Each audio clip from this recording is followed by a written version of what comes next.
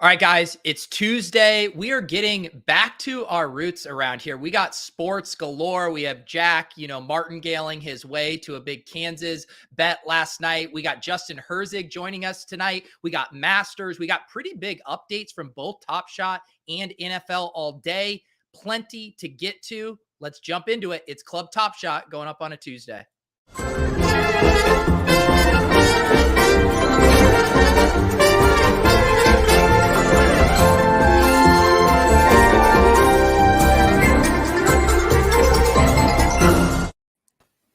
All right.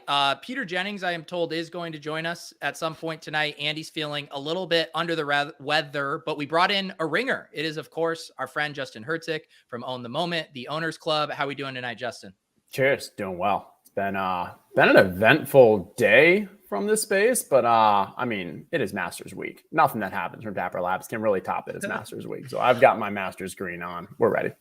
I know normally I would say around these parts, just the single NFL all day announcement, the Top Shot announcement that just dropped a few minutes ago, essentially would give us enough fodder for an entire show, but we got lots to get to tonight. Jack, you're coming off of what I would consider a wild night. When Justin said you had a wild night, I thought he was referring to your single pot pasta experiment.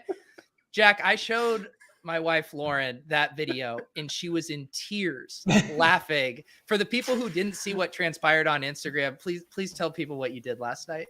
Yeah, it's funny. I never really cross promote my Instagram content, but this has been like people have said, you got to show people on Instagram. So go follow the Instagram, although the content may be expiring soon.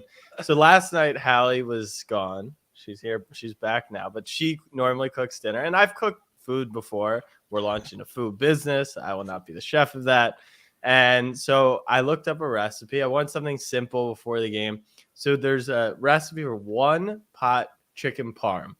And so you cook the chicken in the pot, you remove the chicken, and it said you put the marinara in, you put, mix it with a little water, heat it to a boil, and then put the pasta in. And apparently that was like I got 400 people responding to me saying you have to cook the pasta in the boiling water before you put it in the sauce.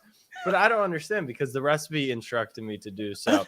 So then the pasta, it was like al dente, and that's what I just went with. It was al dente pasta, and it was probably like a 3 out of 10. But I was just dying because I can't like make fun of you in like the cooking area because I'm not some, hot chef, but I would never go in with the confidence that I knew what I was doing while Instagram story documenting it every step of the way. It was a beautiful train wreck to watch unfold. Yeah, it was spectacular. Can you put this on Twitter, please? I know. I don't, some platforms are, I forgot you're such a boomer that you don't even have Instagram.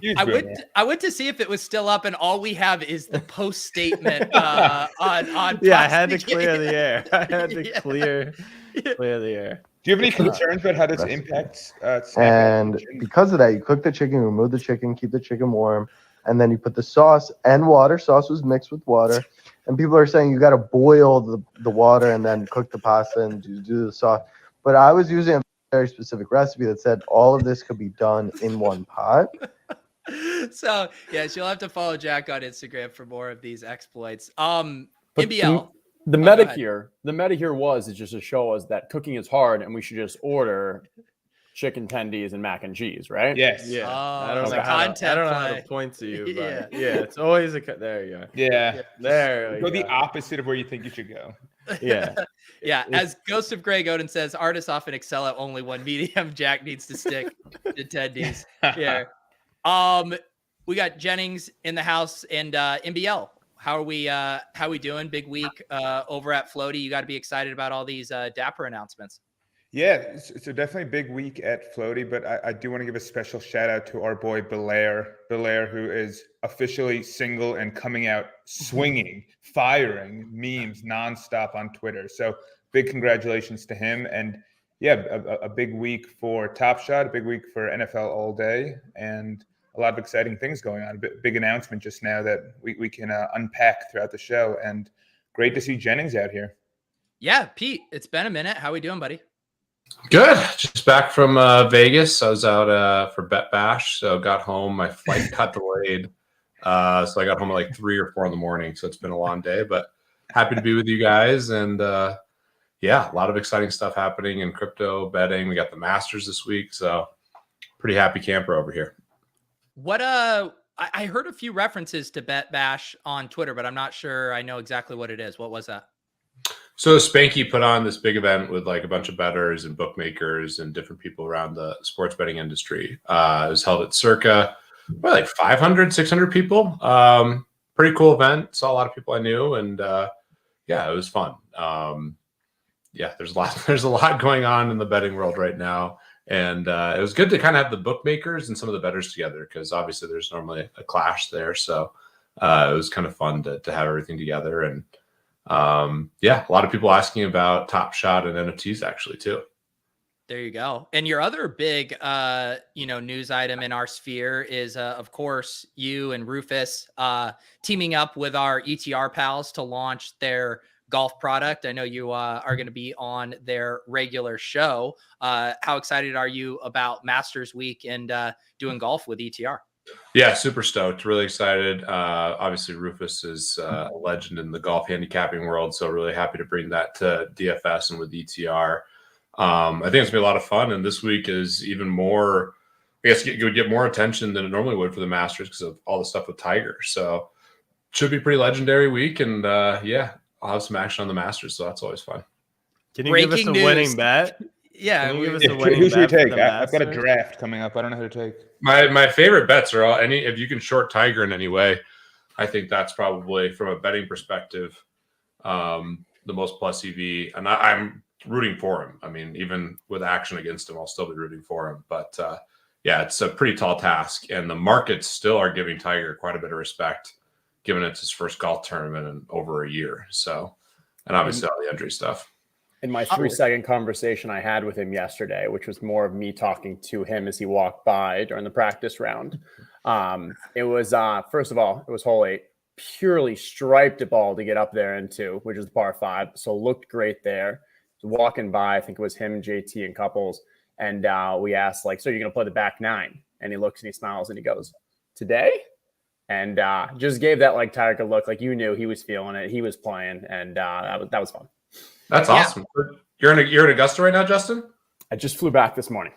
Oh man, that's still pretty sweet. Cheers, guys. See some wine drinkers. We got any other drinkers tonight or no? Just a little Vodka. H2O here. I have tea. Yeah, a lot of vodka.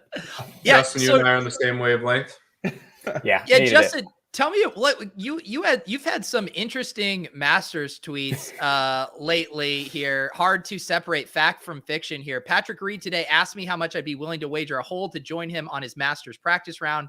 What's your answer? Tell us how this tweet came about.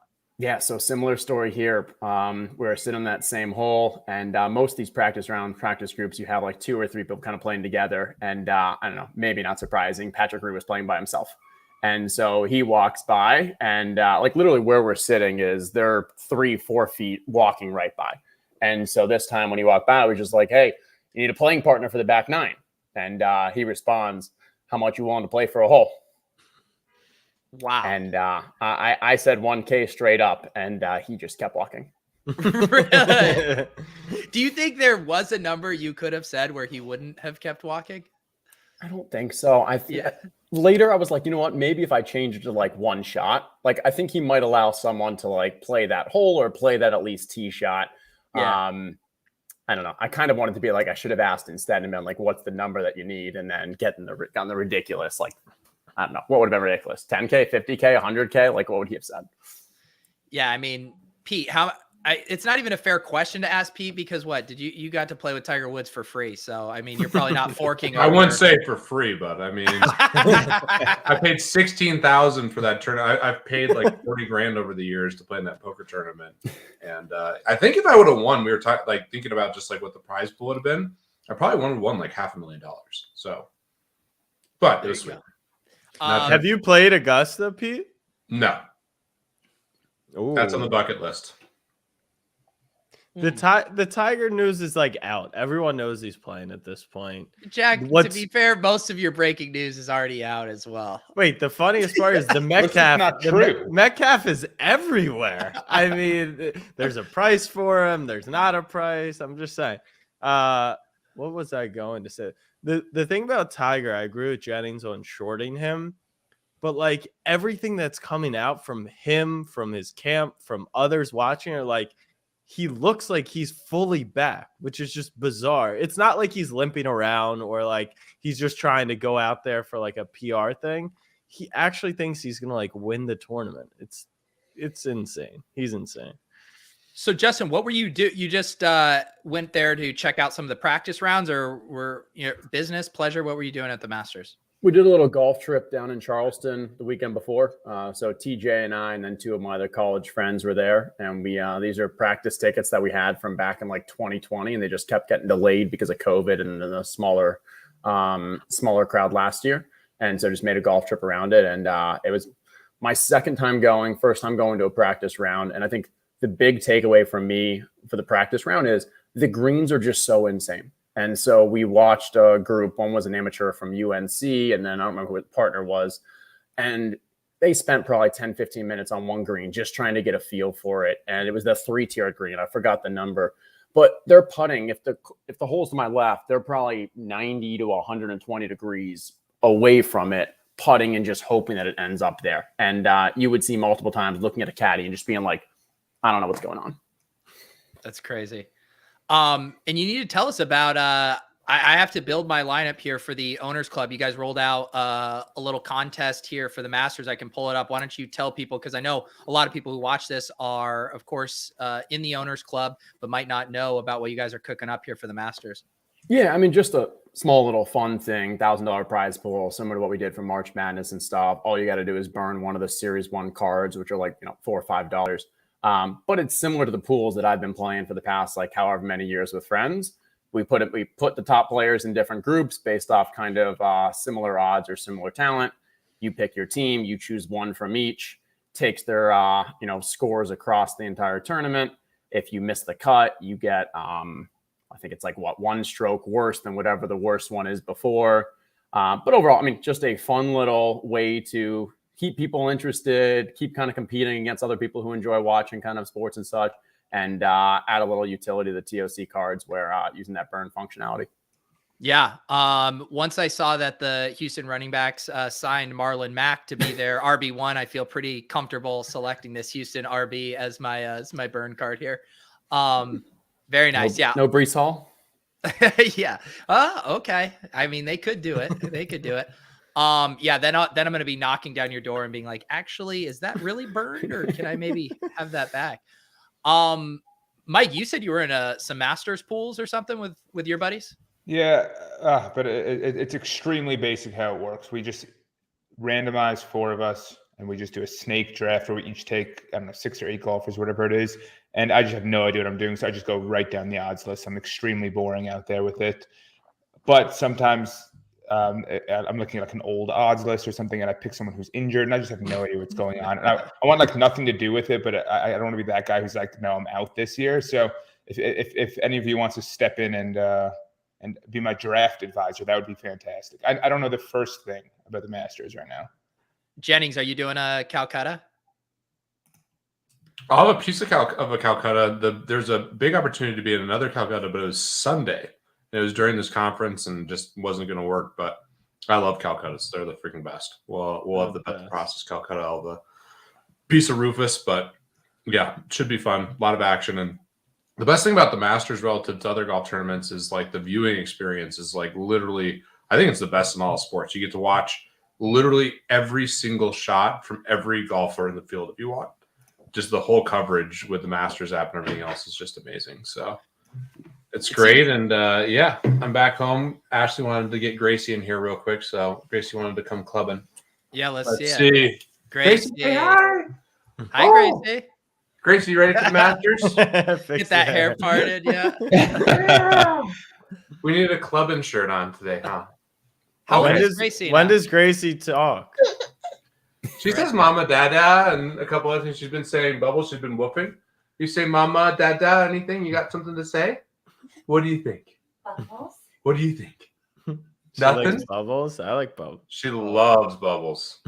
And actually, her favorite toy right now is her golf clubs. You think that's funny, right, Gracie?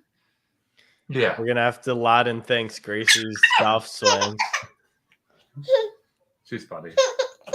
What she's I gonna, just she's gonna hit her be in the like club. 3 It's been to too get long. golf lessons. Yeah. That drive chip putt contest was on TV this past weekend, and yeah, you see these little 8-year-olds driving at like 200, making ridiculous putts. Like that makes you feel bad about golf. Casey That's says a Gracie's great first words. Victor Hovland. Gracie's in a good mood tonight. Oh yeah, Ash has got her cracking up. She's a happy baby. Messing around with golf stuff. So yeah, I was actually thinking about that. I was telling the story about I bought my CryptoPunk, and I remember streaming obviously in the hospital for Club Top Shot. So it's been about a little over a year, so I had to get Gracie back in the mix. Yeah, I'll get reminded every couple of weeks. Someone will be like, "Oh, this was a year ago from our Zed Run show with Bales and Levitan." It's every time we pass one of those show milestones, it still blows my mind how much has changed in a year. It's crazy. I actually finally got back into, I don't want to say back into Zeb, but they like upgraded their contract and changed the whole game around. And so you have to run like 10 test races. So I finally did that. I haven't really played much since that, but I really hope they can figure it out. I mean, Yeah. that's one of my favorite concepts in all of like NFTs. Even just like, yeah, I I was agree.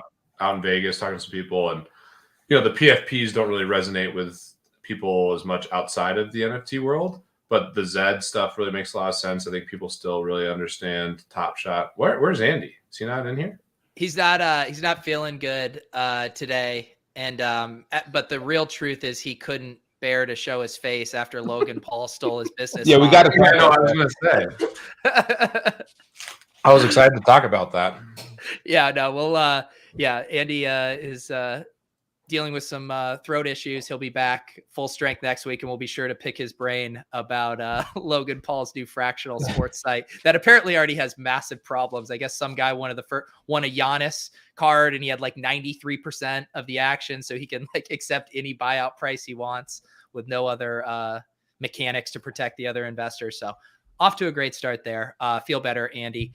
Jack, that actually did want to remind me another piece of your Instagram crossover content. Who were you going back and forth with this beef on from the card oh world? my about Top Shot? God. Yeah. Mike, this is a good reason to get on Instagram besides my pasta content. So there's this guy, Patrick Ryan, in the physical card world, who's I thought was super well respected. And his thing is kind of being like the keep everyone honest, right? Like if he sees pump and dumpers, like he'll call them out. And if he sees like card breaking was a huge topic in the card world, because as prices kind of moved, boxes became really expensive. And when prices moved back down, they kind of stayed up there. And it turned into like you had decent odds to, you know, everyone knew it was gambling, or maybe they didn't, but everyone like had somewhat fair odds, maybe a little bit of EV, and eventually the split, like when cards dropped, so he would call them out, whatever. And so I posted the picture of, you know, the mac and cheese all over me because we're launching Snapback Kitchen. Sure. And he posts on his Instagram story, he's like now that you're onto this new venture, I think it's time that you like make some statement about Top Shot and put a bow on it. I was like, first of all, retiring from Top Shot to do tendies. Right. I'm like, well, first of all, like it's a Thursday night and I'm going to like the Nets game. Like, why is this on your mind? 2, we've DM'd before, and like Rovell is a mutual friend. He's a huge Texas guy. I obviously went there. So I was like confused, like, why not like hit me in the DMs? Like, why are you calling me out about? And so I said, like, I'm on, you know, we do a show every Tuesday night. So maybe he's watching. I said, but sorry, is this public, the response? Yeah. And I never, exactly. It's tendies or Top Shot.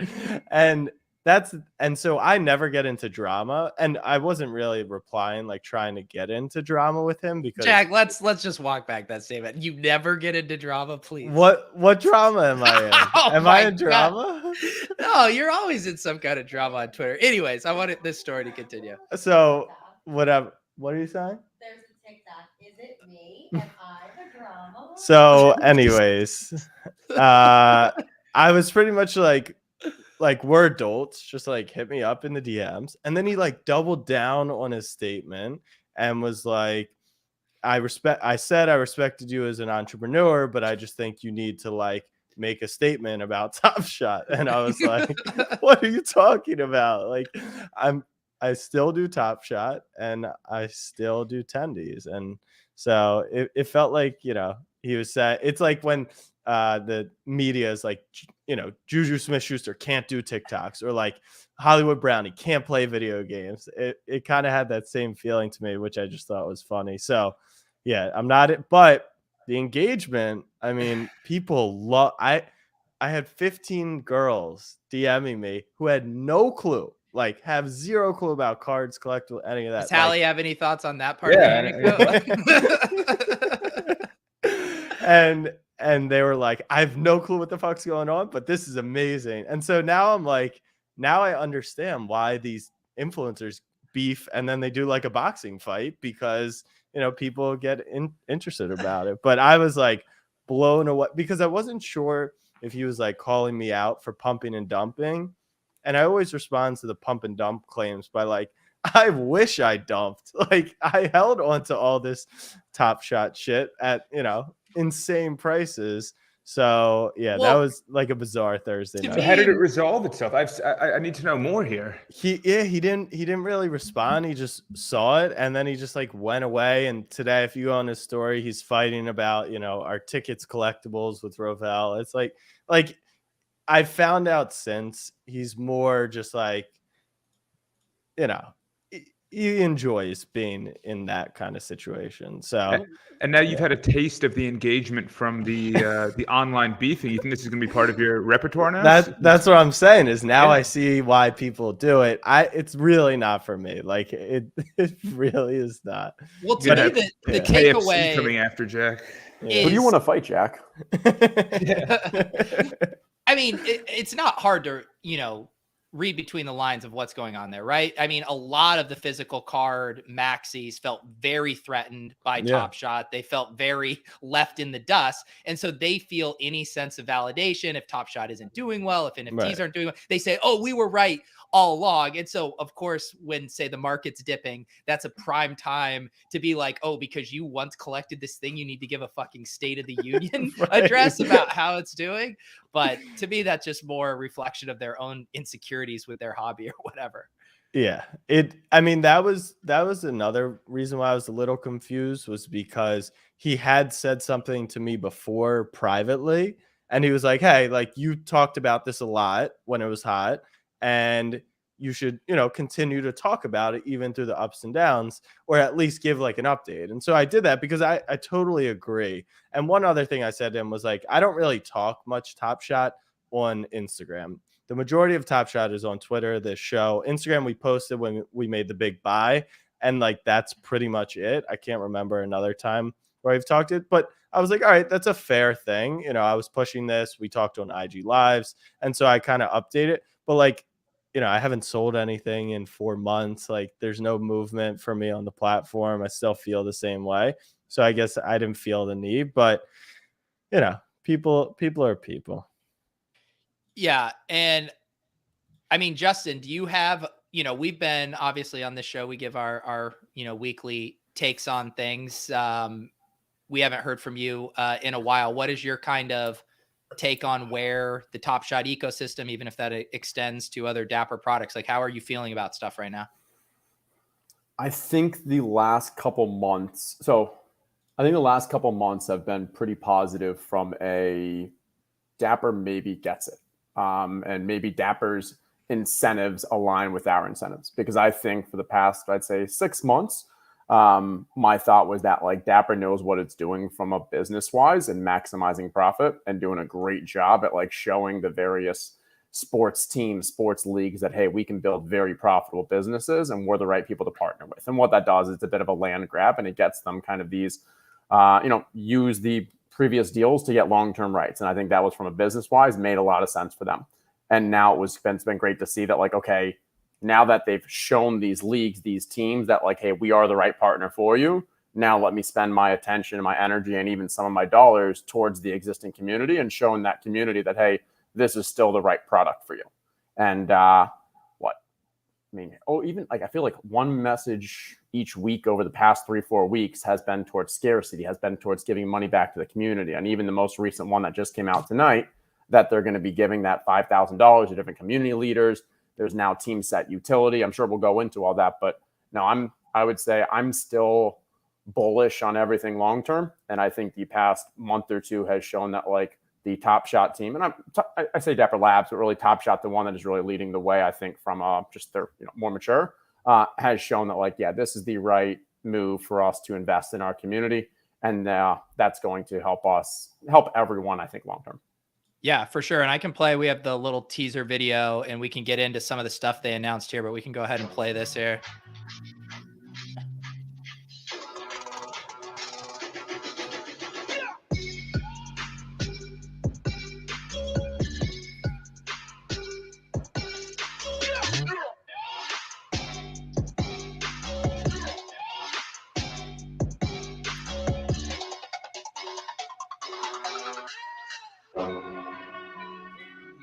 So there's a much more meaty blog post that gets into everything, but it seemed like, there was a chance there for a while. We were like, are we going to roll into the playoffs without, something here to, kind of show or deliver on some of these promises, or where some of the stuff with, IRL activations and collector score really come into play. And it seems like this post, and I'm still digesting it, is a pretty good start.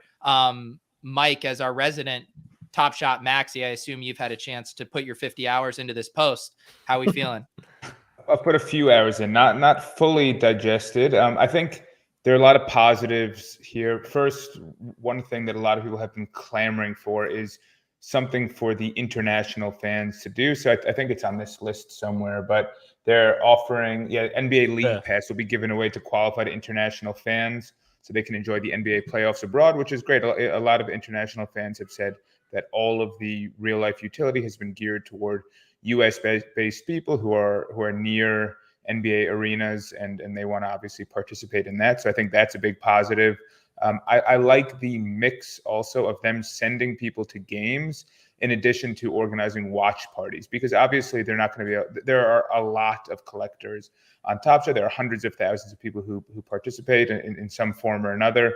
You can't send everyone to a game, and so they'll find a way to get some people to a game, which is a really nice experience for some people, but it touches a small part of the community, and instead offer different kinds of real life experiences they can offer to a much wider audience with these watch parties. And I'm sure there's going to be people who feel like they're not in range of the watch party. They didn't win tickets. They're in the US, so they can't get League Pass, and they won't be happy with the outcome. But I think to Justin's point, this is showing that they're being responsive to what the community wants, which is more engagement, more involvement, more true NBA fandom type offerings, rather than kind of just pure gamification and more buying and selling of moments. This is a lot more going on, and again, a good sign of their access that they have within the NBA, the support they have from the league, and the reach they have. Pete, what do you think about some of this stuff? Because I know a lot of the IRL perks was something you've been kind of pounding the drum for a while. Yeah, this is great. I think this is a lot of the stuff that I want to see, and I'm pretty excited. I mean, I think it's clear they're trying to figure out what makes sense and what works and how to get the most out of their partnership with the NBA. And I think this is a really good step in the right direction. And the other thing that I'm excited about is just how good these playoffs are going to be. So I hope the Top Shot can capitalize on that. I think we're going to see a lot of really, really great series, great games, hopefully some iconic moments. So I'm optimistic. I've actually been messing around on Top Shot a little bit more recently. So I'm encouraged, and of course want to continue to see more innovation there. And yeah, it's no matter what you do, you're going to get people bitching at you. But I think this is a lot of good steps in the right direction personally. Yeah. Peter, do you have any Jokic MVP bets going on this year? Of course I have Jokic MVP. Can we talk? Who do you guys think should be the MVP? I'm Team Jokic. Yeah, probably Jokic. Yeah. Isn't Embiid going ham right now? Like, Who's gonna win it, or who do we think should be it? Both. Yeah, one of each. Jokic is gonna win. I think it's virtually over at this point. Giannis should be the most valuable player because he is that, and he's the best player in the world. I don't think Devin Booker has a true claim to it. He's been really, really good, but that team is spectacular. I don't think Tatum should be it. I think if any outside person has an actual claim, it's Luka. He's taken a very weak roster, and they're the 3 seed last I checked. So I don't know why he's not. I mean, Embiid is obviously up there, but I think once they got Harden, it kind of just diminished, their rise. So I would say Luka. I think Luka is going to have. He hasn't won a playoff series yet, but he's gone bonkers the last 2 years against the Clippers. They're going to win a playoff series, and he's going to put up, 35, 13, and 12 throughout it. And people are going to remember. Like, I think he's a top 5 player in the league right now, which it's a loaded top 5. But right now, I actually Give me your top 5, Jack. my top 5, like just right now, I think it's Giannis. Playoffs start tomorrow. Top 5 guys you want in your team. Right. So I think that's a big part of it. I'd go Giannis, KD, Luka 3, Steph, and then I guess it's Jokic, Embiid, and LeBron. Probably, yeah. For playoffs, I'd probably go Jokic. I think he just does more, but that's more. I think Steph is more valuable at this current point than those other guys. I think Steph's value, yes. I don't think he's playing as well as those other guys, but his gravity and like how he can fit into any team, play off ball, I do. Who is yours, Pete? Top 5 right now. Yeah. I'd say KD, Jokic, Giannis, Embiid, LeBron, or Luka would be my order. Justin, you got any different names there? I agree with the top 3, and I think it's washy after that. So Yeah. KD, Jokic, Giannis. I think those are. I don't know. I think those are a bit of a 3 tier above the rest of the way that they're playing right now and the value of their teams. I think Embiid's right in the mix too. But is that because of utilization just for that team? Like, I'm trying to think if those 3 players are on any team, I think they still put up like mad efficiency numbers. Yeah. I don't know. No, I think feel like Embiid does. I don't know if it's. I'm more worried about like what does Embiid turn into in the playoffs? Like, you start doubling down Monster. No, of course, all these guys are spectacular, but I just Giannis to me is honestly on a different level than all those guys. Like, Durant is spectacular, but he just doesn't make his teammates better to me in an impactful way. They're not even going to make the playoffs. Like, there's a very good chance they're not going to be in the playoffs. And that's like that. I think that's an indictment on him partially if they don't get there. Yeah, I think it's close. The thing that's interesting about the numbers and where I'd argue for Embiid over Jokic in some ways, by the numbers, Jokic is having one of like the best defensive seasons. Yeah. And I watch a ton of Nuggets basketball, and I think he's gone from like a below average defender to like a really good defender, but not this like all world defender that the numbers are saying. But these advanced numbers keep getting better and better, and he's crushing it there. To me, Embiid, who's not doing as well there, I think in the playoffs he has another gear to be like arguably the best defensive player of the league. I mean, I think Gobert's right there, Giannis, Embiid. But the recent trend has been like even Embiid, how dominant he is in years past, especially in the paint. They actually pull him out on the perimeter and they expose him. That's what happened to Gobert last year as well. And that's where I think like Giannis definitely isn't the greatest on-ball defender, but he's the most versatile. Like, he's a free safety back there, and he, changes games in the postseason. I'm really excited to see what Jokic looks like in the playoffs this year, because he's going to have to carry the load right on offense also for 40 minutes. Can he also continue the defense if they're just putting him in pick and roll, guards are isolating on him? That's like that's what I'm most excited to see. Because if he takes that step, then it's no argument. Like, he's second best player in the world to me, just the way he impacts the game. Yeah, and I'll default to Pete here, but how is it that much different than last year? Because I feel like last year in the playoffs, especially right after the injury, like he had to take that load. KD Sorry, I thought Jokic. Yeah, I mean, Jokic was unbelievable last year. I mean, he's been unbelievable in the playoffs every year. Like, I'm talking defensively. Yeah. Yeah, defensively, I don't get how he's doing so well by the numbers. I mean, Right. Part of it probably is just like his differential when he's on the court versus when he's off is just it's absolutely insane. So I think that there's a part of that, and I think Aaron Gordon complements him really well, who I do think is a really good defender. But I mean, he's clearly just gotten really smart. And the other thing that's really impressive about Jokic, I mean, I think especially early on, everyone's like, oh, he's fat and he can't move that well, and he's he looks tired. I mean, I think is Jokic going to play every game this year? I don't know. Is he going to miss a game? He might not miss a game. Yeah, and maybe COVID or something. Yeah. Yeah. So it's just like I think his endurance, is a huge part of it. I mean, maybe he's going to miss a game. I've only seen 72 games so far on Basketball Reference, but he hasn't missed many games. I wonder if his defensive metrics have lacked in the past just because of Murray and Porter Jr. Like, they don't have defensive studs on the floor at all points, but they need those guys back to obviously go on any type of run. I'm regurgitating too what Zach Lowe said a little bit. They did his pod. They were talking about defensive all team defense, and by like the numbers, Jokic is clearly there, but neither Chris Herring or Zach Lowe had Jokic on the first or second team for all defense. Oh, for defense. Pete, what chances do you think our beloved Nuggets have to make the NBA Finals this year? And the West is wide open outside of the Suns, who've been total outlier, by far the best team. So, I mean, with some injury luck, I think they're a little live. I mean, we'll see. Murray's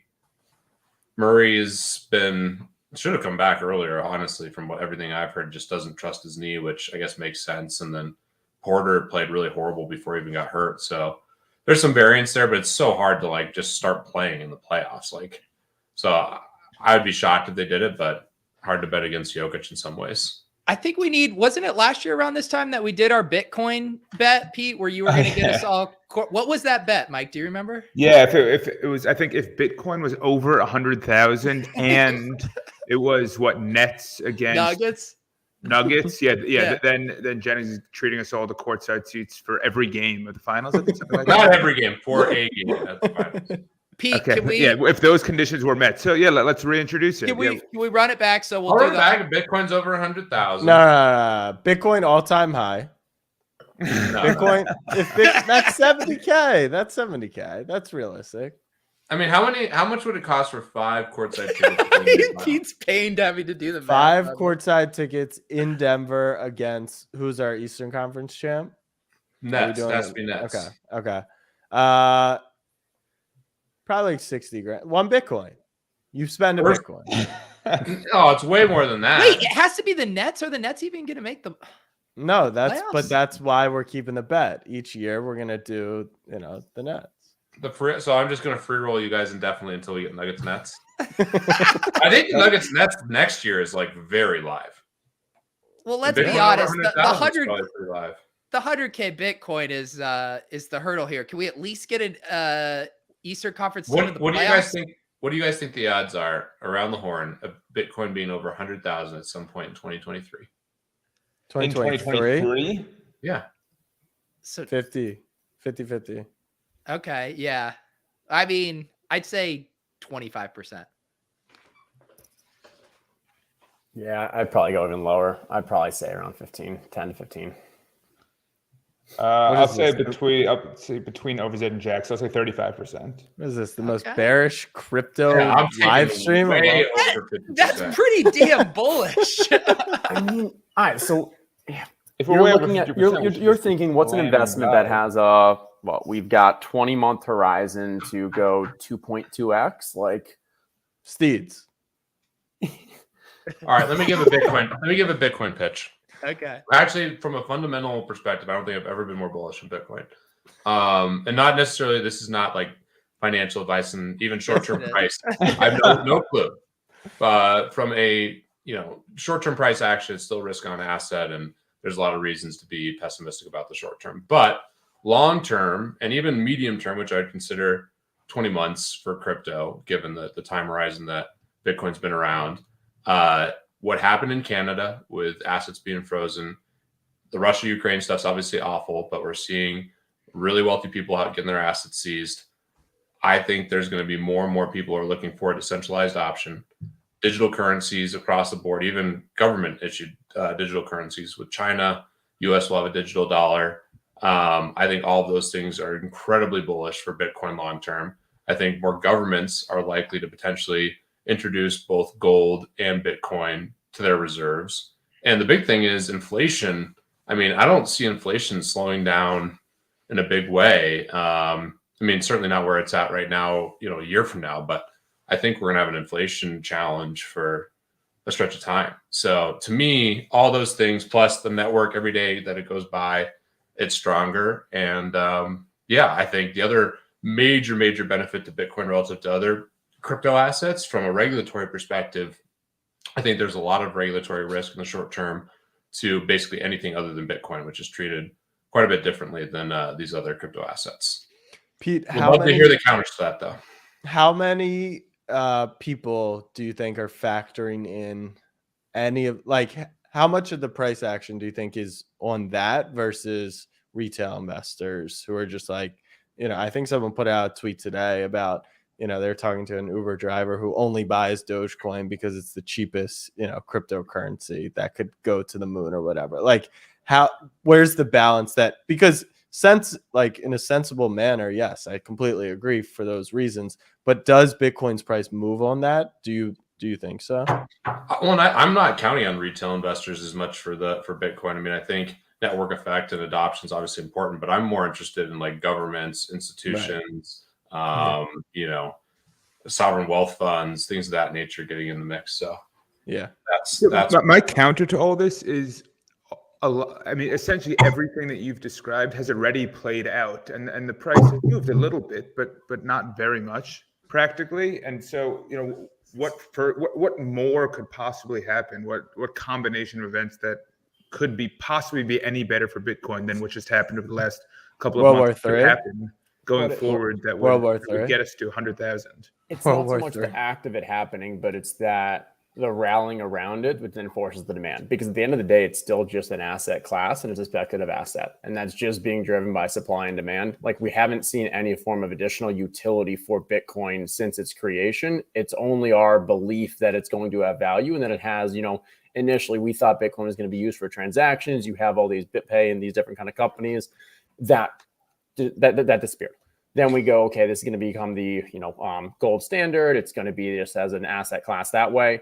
That still exists. But again, the only reason the price is fluctuating is based off that supply demand aspect. And I think that's where Pete's comments do make sense. And I do think the Ukraine and the Russian oligarchs, like, we saw small bumps, but I also don't think that's had a major, that one outlier or one individual case, I would say, is that predictive of what we're going to see going forward. Like, are we going to see more from global infrastructure financial institutions that they're going to have crackdowns because they can? Or do we see opportunities for, hey, you have the ability to actually use the value of digital currencies from a technology benefits, getting money into the hands of people who actually need it? And I think these two kind of weigh at odds. Now, I think they both point towards that there will be a future of digital currencies. I think the question becomes whether or not that digital currency is A, Bitcoin, B, a cryptocurrency, whether we see something of a stable coin, a central bank digital currency. Like, I'm still very bullish on this technology.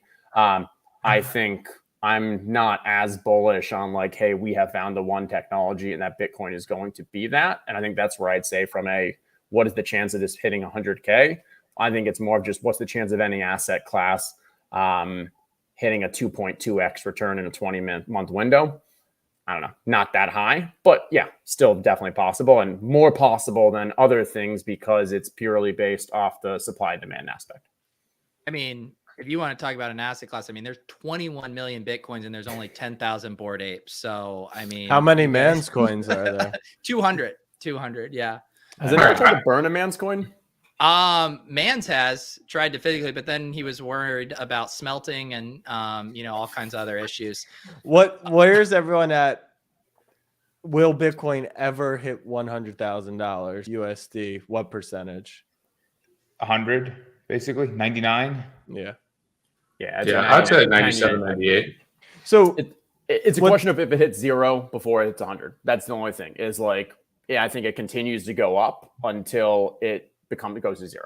Right. I think those are some good points, and not to derail this into all Bitcoin stuff. I do think there's more innovation and excitement around some of these other crypto assets, and I think there'll be more problems solved through those protocols. But Bitcoin's story is very clear to me, and I think the store of value makes sense. Digital gold, whatever analogy, and to me, the other compelling argument is just its value relative to gold. That as we're here right now, according to Case for Bitcoin or casebitcoin.com, gold's market cap's 11.9 trillion, Bitcoin's 854 billion. Obviously, that's been converging, in a big way for the last decade.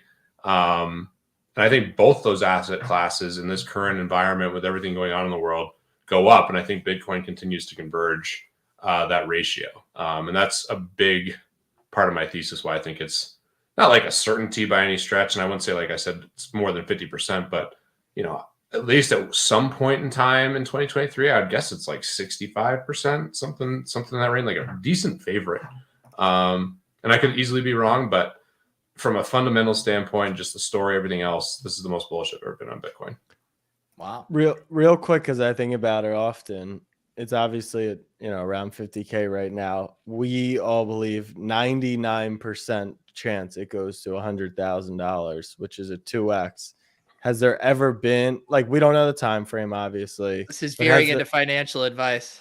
No. No financial advice. But No, because I think about if you take S&P and take 2x the S&P, I also think there's a 95, 97% chance whatever the S&P is at, multiply that by 2, and it will eventually get there. right. I actually I think that's a 99.9. exactly. I was going to say, I- I'm actually more bullish. I on that actually because think- the chance of that going to 0 is like none. Yeah.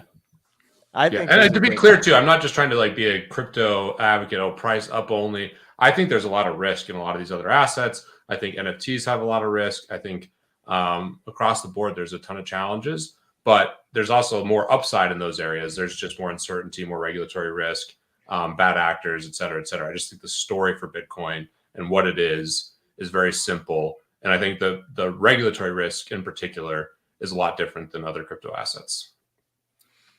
I would say I'm more bullish on ETH. I think ETH has a higher short-term upside because of what's being built on it when you consider the adoption, when you consider the layer 2 solutions, and just the larger arc there. I think Bitcoin's safer, but I think Ethereum has a higher upside. And yes, this is definitely turned into a financial advice. This is horrible. That's my bad. Sorry. I love you too. I love these other things. I just think there's a different risk profile. I think the range of outcomes is much wider. Mm-hmm. I was going to say, this is the most we've ever talked about Bitcoin on the show in a long time. I think Andy, just pulls us naturally toward a Ethereum conversation. So yeah. What about flow tokens? Mike? Can I buy them? There's not enough to do with flow tokens yet, to be honest. Like a lot of platforms still take Dapper balance instead of flow tokens. There's not that much infrastructure built out, which we're trying to change, obviously. And so I think, look, we're big believers in the flow ecosystem overall. So I think at some point there's an entry, but there's a bit of a lag right now where a lot of things need to be built out and integrate the actual underlying token. But before I would provide financial advice along those lines. And right now, I would certainly not. We need to ask Clay or you over there to add presented by Underdog Fantasy and not financial advice. And Yeah, that was the most financial advice we've ever veered towards, but we did That we not have give not any given. financial advice. Yeah, not did, financial advice. I had a not financial advice emoji there for the VIPs at one point. Pump in the chat reminds me, Pete, you promised you were going to get into DeFi Kingdoms once they were over on Avalanche. That has since transpired. Are you racking up some crystal with those juicy APRs? Dude, you want to hear what's hilarious is I was actually just in the midst of the show talking about Jewel and Avalanche on Telegram. So I'm super interested in it. I hope that DeFi and these other things are gamified, and I'm still really interested in just that whole ecosystem. And I think DeFi Kingdoms has done a lot of really cool stuff, and I'm a big fan of Avalanche. So I'm excited to spend more time there. And I own Jewel, but I do not. I'm not actively farming at this point, which is on my to-do list this week. Do you own Jewel like Elon owns Twitter, or you just own like some Jewel? Oh no, I don't know what the right analogy is. I guess I own Jewel like Peter Jennings owns Twitter stock. I guess not nowhere near Elon. Yeah, shout out to Pump. He helped me get my jewel from the truly awful Harmony ecosystem over to Avalanche, where it's running much smoother, and got me staked over there. So That's awesome. It was yeah. pretty smooth. How much time did it take you? I mean, he was holding my hand, but it only took about 20 to 30 minutes to get it all up and running there. That's great. That's on my to-do list this week. Yeah. Pump, I believe he told me he was rebranding himself as the DeFi Kingdom consult to the whales, which that was very generous to call me a whale. But yes, Pump will help you out if you need to. Let's see here. Justin, what about anything else with Top Shot? I don't want to move on too quickly from that, but anything you've been thinking about, stuff you guys have been building over at Own the Moment, and how you guys, I assume that has to be kind of like a tricky dance to see what kind of stuff Top Shot's doing, how they're developing their roadmap, where you're thinking they're going to go as it pertains to what kind of tools you guys develop or where you devote your time. Yeah, and I mean, so they actually have a new person who is in charge of basically community or ecosystem engagement, and he's been spearheading a lot of the recent efforts. A couple weeks ago, we heard about with this $10 million fund, and just working with a lot of the partners. And I think it goes back to what Roham said probably like a year ago now, where they want to, the stronger the partners, the stronger the third parties become, the greater their larger ecosystem gets. And I always use a reference of Coinbase and what Coinbase Ventures did, where Coinbase success was going to be if crypto got successful. So they used their venture capital to invest very heavily in these other teams, companies that were building crypto ecosystem. And so I think they understand that, hey, it makes sense to invest. And one example is, like NFL All Day. I know TJ kind of leaked it or kind of teased it last week, but we're going to be building a fantasy game for NFL All Day moments. And I mean, it makes complete sense. We built one for the Owners Club. Those are our own NFTs for them. Now let's find out a way to kind of add some additional engagement utility. And I think for people who are playing, you get the opportunity to do something you love with fantasy football, with these actual moments that you own. It adds utility and value to your moments. We'll have some prizes that Dapper will hopefully kind of help us out with and such. And obviously Dapper Labs and NFL All Day benefits from just additional fun and engagement around the product.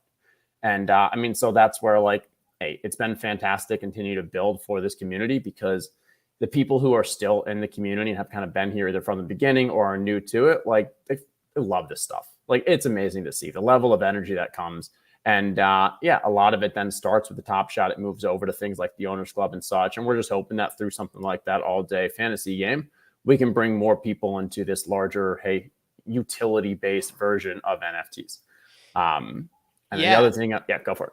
No, I was just going to say, I'm curious kind of what, I mean, I don't know what you guys are comfortable leaking right now. I mean, I thought the Owners Club game, the way it was constructed, was like perfect as far as from a time investment standpoint, but still being interesting strategically. From some other, games I've seen using Top Shot, like I just never got hooked. It seemed like there was too much going on. It was hard to understand the scarcity and the points value. Like, are you going to kind of try to mirror, do you think, what you did with the Owners Club, or try to find some happy medium there? Because you obviously won't be able to control supply and scarcity for all day cards. Yeah, so I think it is a mix, but at the end of the day, everything we build is around simplicity. And the crypto and NFT ecosystem is already so complex. Like, let's find ways to simplify. And that was the mantra for the Owners Club, was find ways to make a simplified, fun version of this NFT-based fantasy football. And I think with All Day, we're still going to keep that kind of overarching, like, hey, we want this to be simple. We want it to be fun. Now, there is additional complexity around, well, you've got defensive moments. You have punter and kicker moments. Like, you have team moments. Like, do you incorporate these? That's things that we're going to have to continue to kind of just discuss and figure out. There might be some different models and stuff. But, I mean, I think at the end of the day, there's a lot of opportunity. But I agree with you. Complexity just, like, it should be a fun game first and then find a way to work the NFTs in, rather than start with all the NFTs and then figure out a game that works for those NFTs. Yeah. Yeah. It seems tricky to do. It seems much easier to do when you have the self-contained system and you can control the rules and stuff like that. But I think that'll be a fun challenge. And it's what, I mean, someone was mentioning here. I don't understand. I don't know what the Ballers game he's referencing, but of course, Hardcore has been this thing that's been teased forever. And I think it probably just speaks to how hard it actually is to execute an engaging game with these NFTs. Think about how high the standards and the expectations are going to be around any video game in this space. And even though, yes, like early on, they mentioned they brought over people, I think I'm forgetting the name of the companies, Blizzard and a couple other like the big gaming studios. But like, even if you have some people from there, like we have expectations of video games being created, which is by a team that is crazy. We've heard all the horror stories of like what the EA Sports employees like are trying to churn out.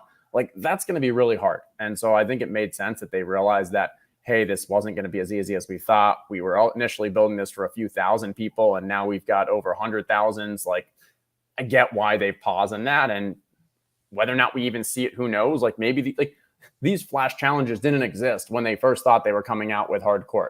Like they wanted a way to add utility and fun and engagement with the platform, and in the time that was hardcore. Whether or not we eventually see that, I don't know. Is this utility now through these different methods, through challenges, or through using third parties like OTM to actually build fantasy sports? Maybe. Yeah. Jack, do you still have any interest in kind of the gamification with these NFTs, or do you prefer they remain kind of as collectibles? I think the bottom end of the market moves 10 times better in a video game than it does with flash challenges that just mints more moments. Being able to play with them, I think, is a million times better. Mike's talked about how gamified it got to the point where it's kind of eliminated the top end of the market to a degree as collectibles. But yeah, I think a million times, like actually being able to play a video game with your stuff is way more impactful than just adding another showcase, night in and night out. Yeah.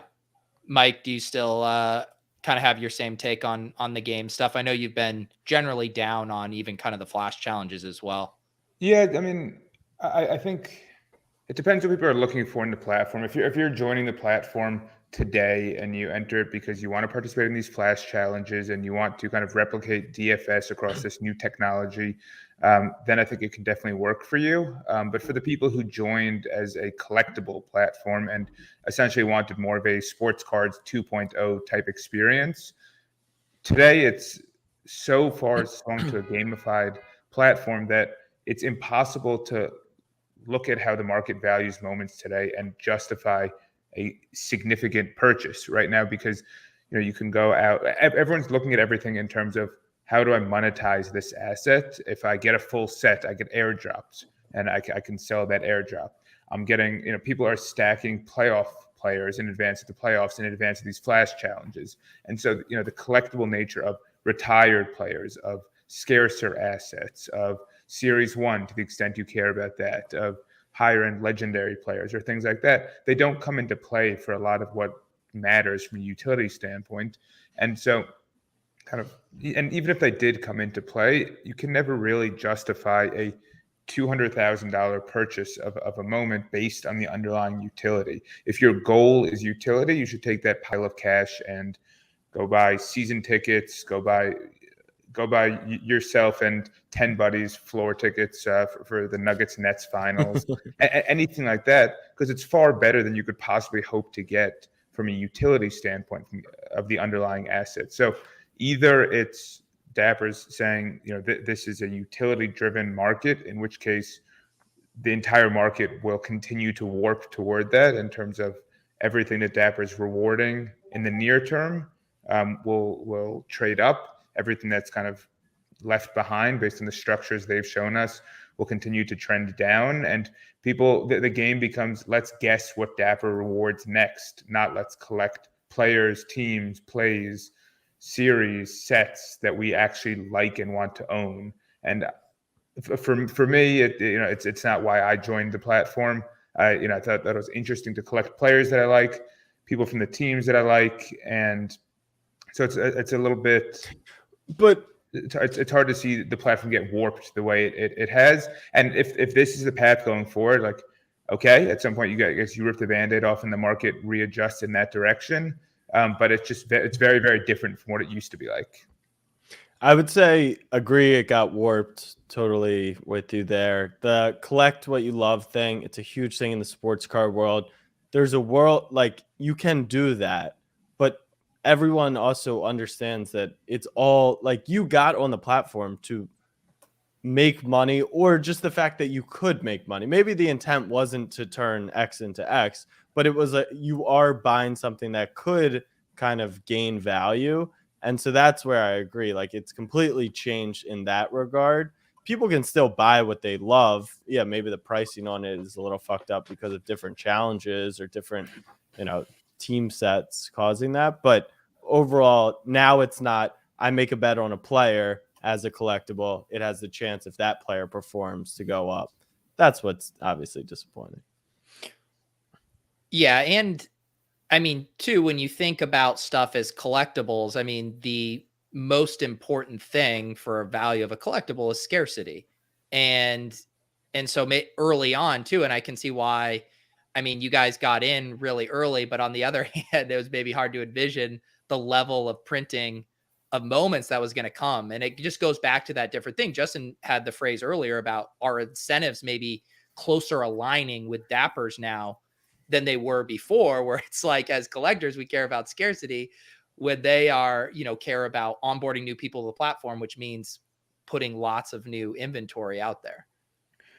I mean, I don't know if it's an NFT thing. I don't know if it's a generational thing. I don't know what it is, but it seems there's kind of no one on the platform who just wants to like own an asset because it's fun to own a sports collectible. I mean, you look through the comments here, people want to stake for flow. They want more activity, more flash challenges, more rewards, whatever else. Like it's strange to me that this collectible platform has evolved into you need to pay me, otherwise I immediately want to sell it. I think it's because everything about NFTs has been buying, selling, and then what I can do with it. And that's risen so quickly in the past year from people knowing nothing about NFTs to like, this is the entire sense of it. So even though the technology allows you to truly own that thing, and it is just like I truly own that, like I have a picture on my wall, that's not the understanding or the sense or the belief that the majority of people have. Because when every other NFT project at least has the potential to do what the Bored Apes did or to do what different art projects or such did, that's where it's what can this NFT do for me, not just what is this thing that I own and it can have as a whatever it is, whether it's a collectible asset, etc. It's exactly that, Mike. No one wanted utility when the pricing was up on Top Shot. Who the fuck cared about utility? The utility was you could put it on the marketplace and they'd give you a ridiculous amount of money for it. Right now, I agree. No one's just buying it to hold and thinking long term, because literally every single moment that is purchased, unless it's gamified, goes down in value. I know, but it's circular. Like it's because of the gamification that happens. If gamification wasn't an option, then everything else is on a level. I don't think so. I think I think the market might be more attaching gamification to some and not to others, which is essentially what they've done. Basically says these are worth something, these aren't, because the moments become not collectibles, they become tools to money. Agreed. But if you didn't do that, so you've identified a problem, but it's not that problem without it would lead to this solution, because otherwise all it's going to be is just new pack, shiny new toy. Pete's always said people love lotteries. If I have a chance at getting something great, even if I'm pushing money out of the ecosystem, the challenge is that we have the same amount of people and a certain amount of money. And when every week a certain amount of that money is going to Dapper Labs, going to Top Shot through new packs, through 5% marketplace fees, money is leaving the ecosystem. And slowly but surely that leads to all the prices going down. So agree with you that the gamification makes some go up and then others move down even more. And the ones that are going down move even more are, the legendaries, the ones that are never involved in this action. Overall, the market just continues to, money slowly gets kind of pulled out of it. And there's no new users. It's like it's a bad balance of the new users and the amount of supply. I mean, even with this gamification, is that actually bringing in new users? It doesn't appear so. So everyone's selling into these flash challenges which are that people are rewarded by getting new moments. So it's in some ways, it just packaged in another way. Dappers doesn't have, they're just putting new moments into circulation. They generate fees from the marketplace activity from these challenges, and there's no new money coming into the system. And so is that a better solution to just kind of torpedo half the moments on the platform, make it so that instead of caring about whether it's Steph Curry or LeBron James, you care if it has the lowest edition size because of some unusual challenge situation, and that becomes far more important than the player, the play, the team, the set, or anything else. It just seems unsustainable and like a bizarre Frankenstein version of the platform that I think we all expected it to be.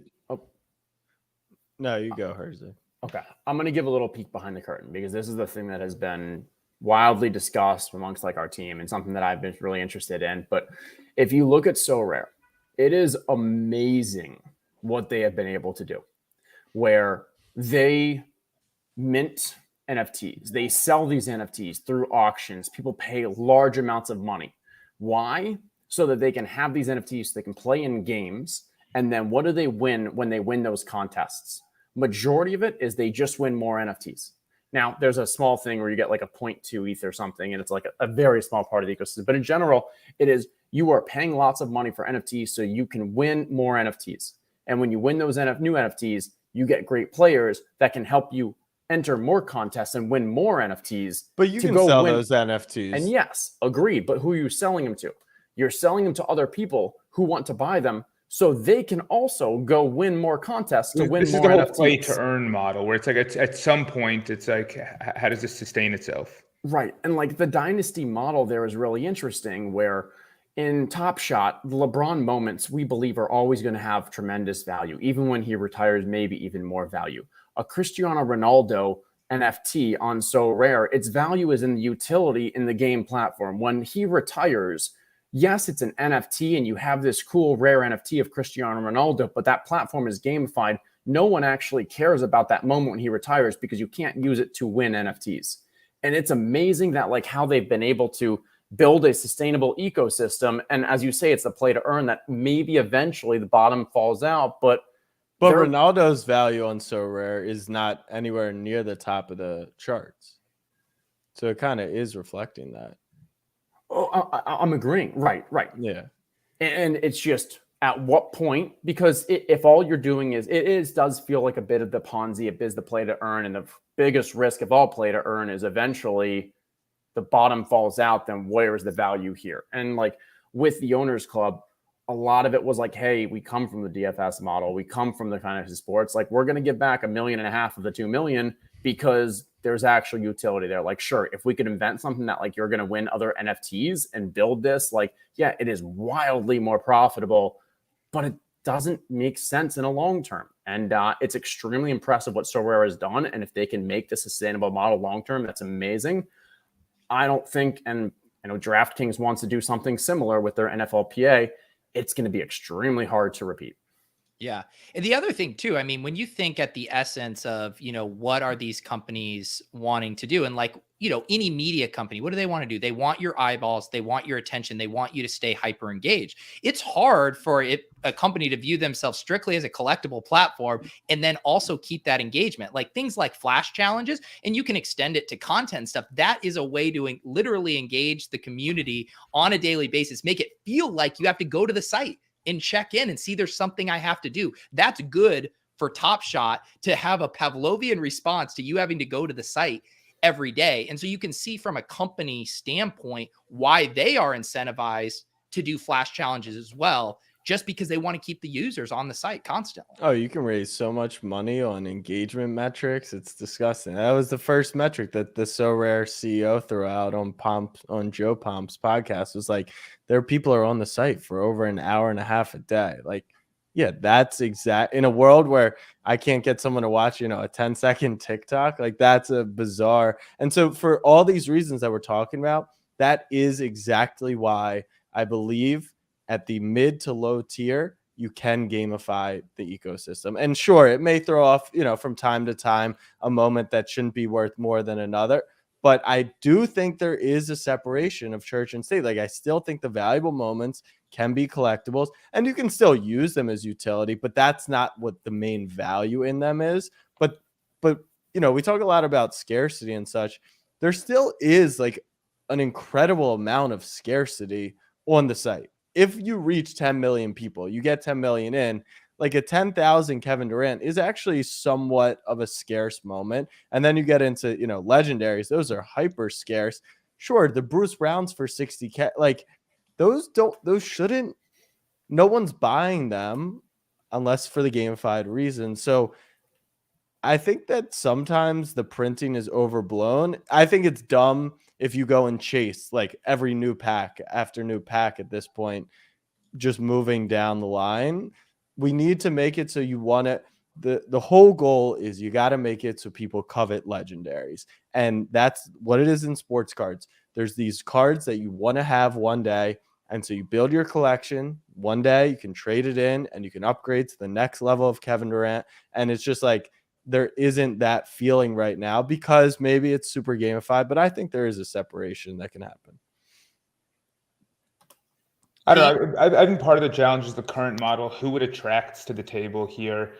Right now, like the most excited people over the platform are the people who are on their computer at 4:59 p.m. ready to look at the flash challenge and quickly maneuver to make $4 per trade. And it's interesting. It's fun for people who want to do that, but it's very, very unapproachable and unexciting for people who want sports memorabilia and sports collectibles. And you almost can't be a passive owner today. If you just want to go and buy a LeBron James Top Shot debut and hold on to it and see what happens, like, sure, there's going to be times when like there's flash challenges where you have to participate there. There's temporary spikes in value. And I think all of these things I'd feel a lot better about if it wasn't 3 times a week, 4 times a week, constantly flashing lights everywhere, warping the market, doing all these things where it's like, okay, there's an element of utility and an element of this is better than sports cards.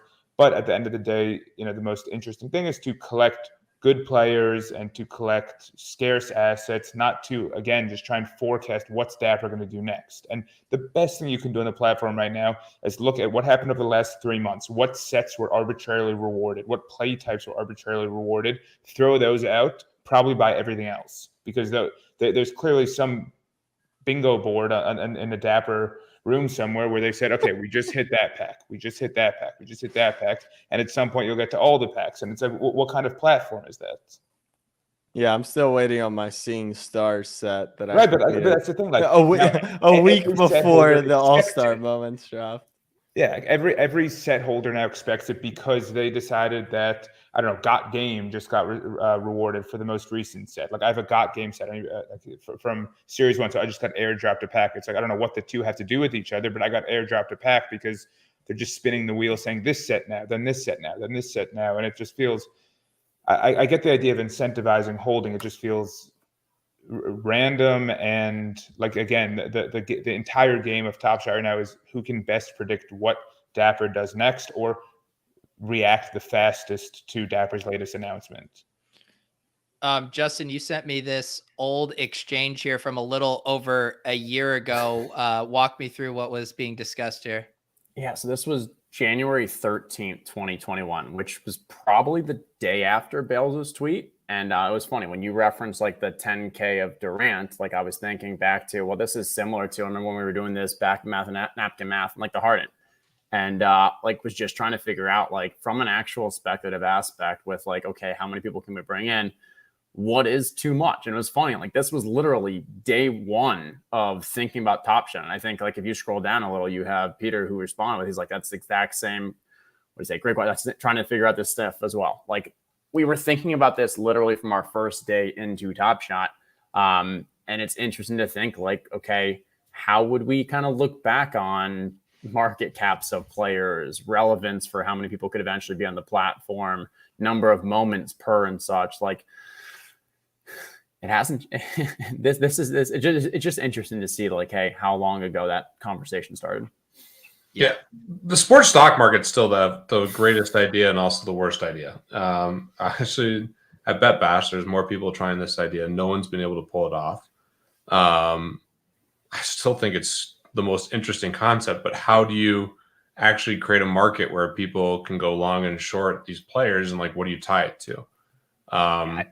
I think you had it Hard. right with the Schwimmer situation that you were talking about last week. And like, it has to be tied to the actual future earnings. And I think if you do it with the marketing dollars, it's possible. But I like the Tatis example is really interesting. Yeah, that's so hard. I mean, and I do think that it's interesting. I'm more on the utility side, just as like a person. I've never been like big into collectibles and I got into NFTs, but I get it. And Jeremy has been really heavily like, these need to stay collectibles. And a lot of smart people like Scott Lewis is another person. It's like a collectible can be worth whatever you want it to be worth. And I think those dynamics end up being better, especially for high-end moments or high-end collectibles. So But- do you think a collectible can also have utility? Because I came from the collectible world, and what excited me was it is a collectible first. That's what excites me about Top Shot. But the bonus of utility was really, really interesting to me. Yeah, I don't have the answer. I wish I did. I to me, the most interesting thing with Top Shot is the partnership with the NBA, the digital ownership, and basically enhancing like the NBA experience. So I love that stuff, but I also totally understand what Mike's saying, totally understand what Jeremy's saying, and you could argue both sides pretty well. So I don't know. It's a tough challenge. I do agree that like the worst case is like the middling more towards utility, but still trying to keep them collectibles, where you're just like creating all these different things to make certain moments worth something and others not. Like that's a horrible experience. Like predicting what Dapper is going to do, that's what it shouldn't be. But yeah, like maybe the answer is you burn, like anytime you want to redeem something for an NBA experience, you have to burn assets. And Yes, maybe, that's what trade tickets are basically. Yeah. Yeah. But again, it's just so tough because trade tickets end up hitting the floor. And there's not a great solution for it, because the only way to really make it appropriate is if you base it off current market value, and they really don't want to do that for a lot of legal reasons. But so I agree that the one thing they've said that's sort of feels like it's in that direction is that collector scores calculation will factor in more of a spend bonus, which basically means it's not just going to be every single series 2 base set moments worth like 2 points or 4 points or whatever it is. If you spent more on a series 2 base moment, you'll get further rewarded collector score wise, which I think is one way to capture it. But I think we talked about this when collector score first came out, where if this is not directly tied to a market value of assets, it's going to make it so that every moment within every set is going to just converge on the same value eventually, if collector score is worth that much to people. Yeah. KB, our guy KB mentioning something here. If I could floor sweep 100 $2 moments, sign me up. Unbearable trying to stack those outside of packs. And we've seen, the success of some of these other NFT marketplace aggregators like Gem, which make it so easy for people to make big bets on these projects in a very quick, seamless way. I mean, that's another thing too, of just even making the act of purchasing and buying for whales a more fun and easier experience, I think would go a long way. I will say the custody of the taking them off of Dapper, like, even though I think majority of people didn't really understand like what that could open up, we can basically build out aggregators like this. It's obviously not a top priority right now, but like we hinted towards, like we're going to have a trade mechanism. Those things will come. But it may rely on third parties. Right. Yeah. Have we heard any other story? Obviously, Mike, with floaty stuff, have you heard about people taking into their own hands some of the self-custodial stuff, or are people a little still slow on that? There's definitely stuff being built. There's building on Flow is it's interesting. It's new. There's a lot of positives about it, but there aren't that many developers that know Cadence, Flow's smart contract language. There's a backlog of Flow's contract review process. You have to submit your contract to Flow to get reviewed before they allow you to deploy on the Flow mainnet. And so there are some hurdles and some friction building on Flow. I think we'll see a lot of development, a lot of innovation soon over the next few months, and a lot of people are working on things. And like our developers interact with other Flow developers, and people are working together on building out standards across the ecosystem and across the blockchain, which will be really, really helpful and interesting. And, we all bat these ideas around. There's lots of other people doing the same thing and saying, okay, let's go build that. And so there'll be a bit of a lag, but now that Top Shot's officially non-custodial and hopefully NFL and UFC not too far away, there's going to be a lot of opportunity for people to build a lot of things around these assets. For sure. Pump says the marketplace on All Day is infinitely better than Top Shot. I did want to segue a little bit over to All Day stuff. They did also have a post a couple days ago with some updates here with their marketplace, some rewards, upcoming releases, and also teasing this Brett Favre and Friends. Any takes from you guys? Justin, you mentioned you guys were going to be building out a game with All Day Moments, but what have been your thoughts on the NFL All Day experience so far to this point? Yeah, I mean, I think what I mentioned earlier around it sounds like Dapper Labs understands that their incentives need to align with ours. And I think a great example of that was any players who already have commons are not going to have another common in those weeks 1 to 12.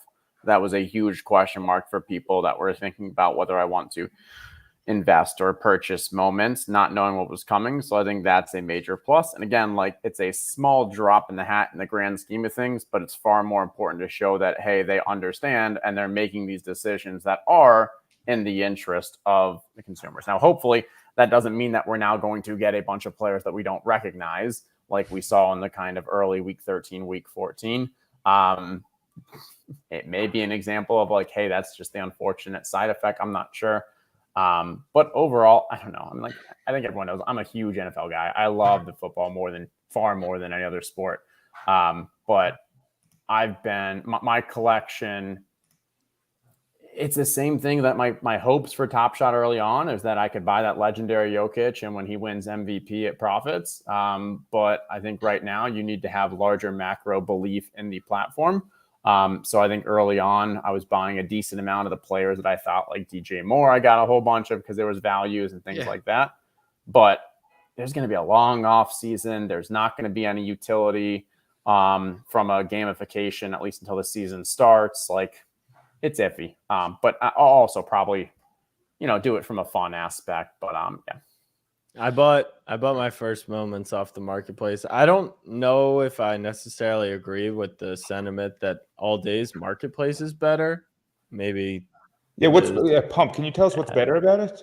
Yeah, I think it's fine. I don't have any complaints, but yeah, no complaints. But I definitely think Top Shots, like the fact that I even have to go to a different tab, kind of pisses me off. But besides that, I bought 2 Tom Brady debuts.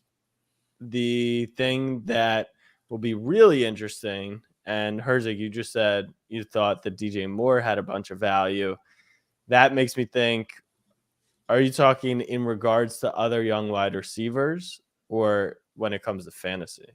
No, I was thinking more of just if I'm going to invest in this platform, it's probably going to be QBs and wide receivers. Running backs, the career length is just short. And like what we saw, literally Adrian Peterson has a moment on here. It's likely going to be his only one and nobody cares. Like, that's insane. So in cards, my belief was with the way players' brands are growing off the field, that running backs, but really wide receivers would kind of start to see some action in the market. And like NFL trading cards, it is just quarterbacks. Like, you don't even remotely look at anywhere else. And even the star wide receivers, like, yeah, their shelf life is technically longer than the running backs, but they still, like, think about Michael Thomas, the up and down of his career. He leads the league in receptions and then 2 years later. So it'll be interesting to see if it's only from a fantasy perspective that those guys kind of bump up, or if people do, because it is easier to collect and to trade these things if you do see a market for some other positions, which I think would be fun. I don't really see a market for like defense or running backs or the team melts. Maybe some people are pretty bullish on those, but I'll say this. I was with Dapper in Vegas. Going to Dua Lipa concerts. Yeah, Dua Lipa. Yeah. And we went through what it looks like to be onboarded to the site, right? To Top Shot. You open a starter pack. My buddy got the worst pack ever. And then it's like new user. Where the fuck do I go from there? You search John Morant, 42 different moments, different scarcity, different highlights, series, whatever.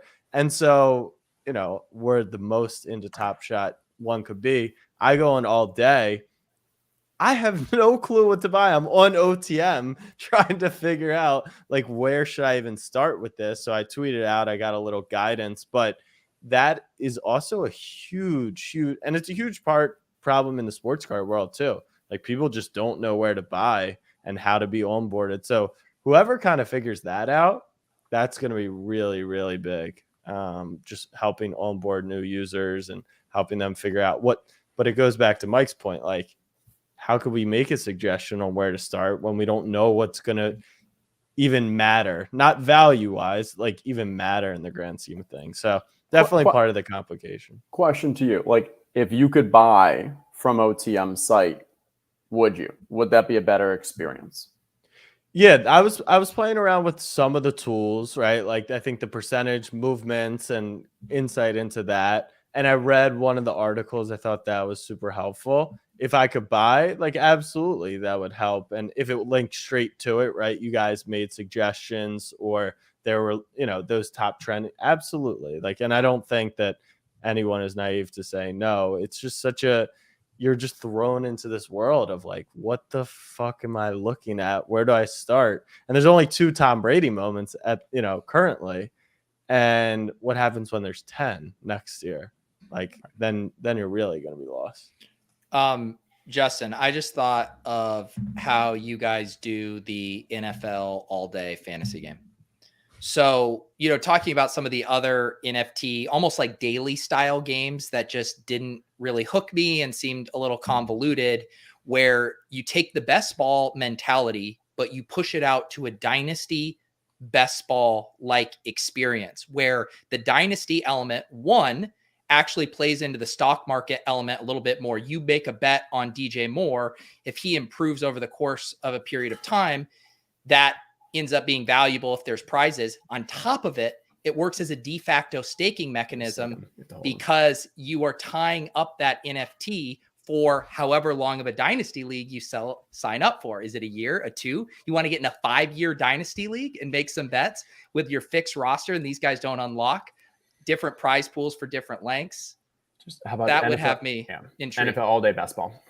I think that satisfies it from a more simplistic standpoint, and not having like to deal with leagues and just have like hey, you have off season, you have until this date to purchase whatever moments you want. You have to submit your lineups by this date. You can have X amount of lineups. Maybe there's 2 different tournaments. One you can only do one you can do a max. You have to stake them throughout. The staking is a little challenging because if you're going to stake them with us, you have to take them off the Top Shot or off the all day platform. And if you then want to do challenges and stuff, it gets a little complicated. But no, I think you're onto something. I think it'd be really interesting. Yeah. Dale is in. But yeah, and even maybe it doesn't even, I don't know exactly the mechanisms for the staking, but it might just be like, sure, it can still be on all day, but if you pull it out, then you're no longer eligible to win those prizes. If it moves, I don't know how that works from a contract standpoint, but it does seem like that. Yeah.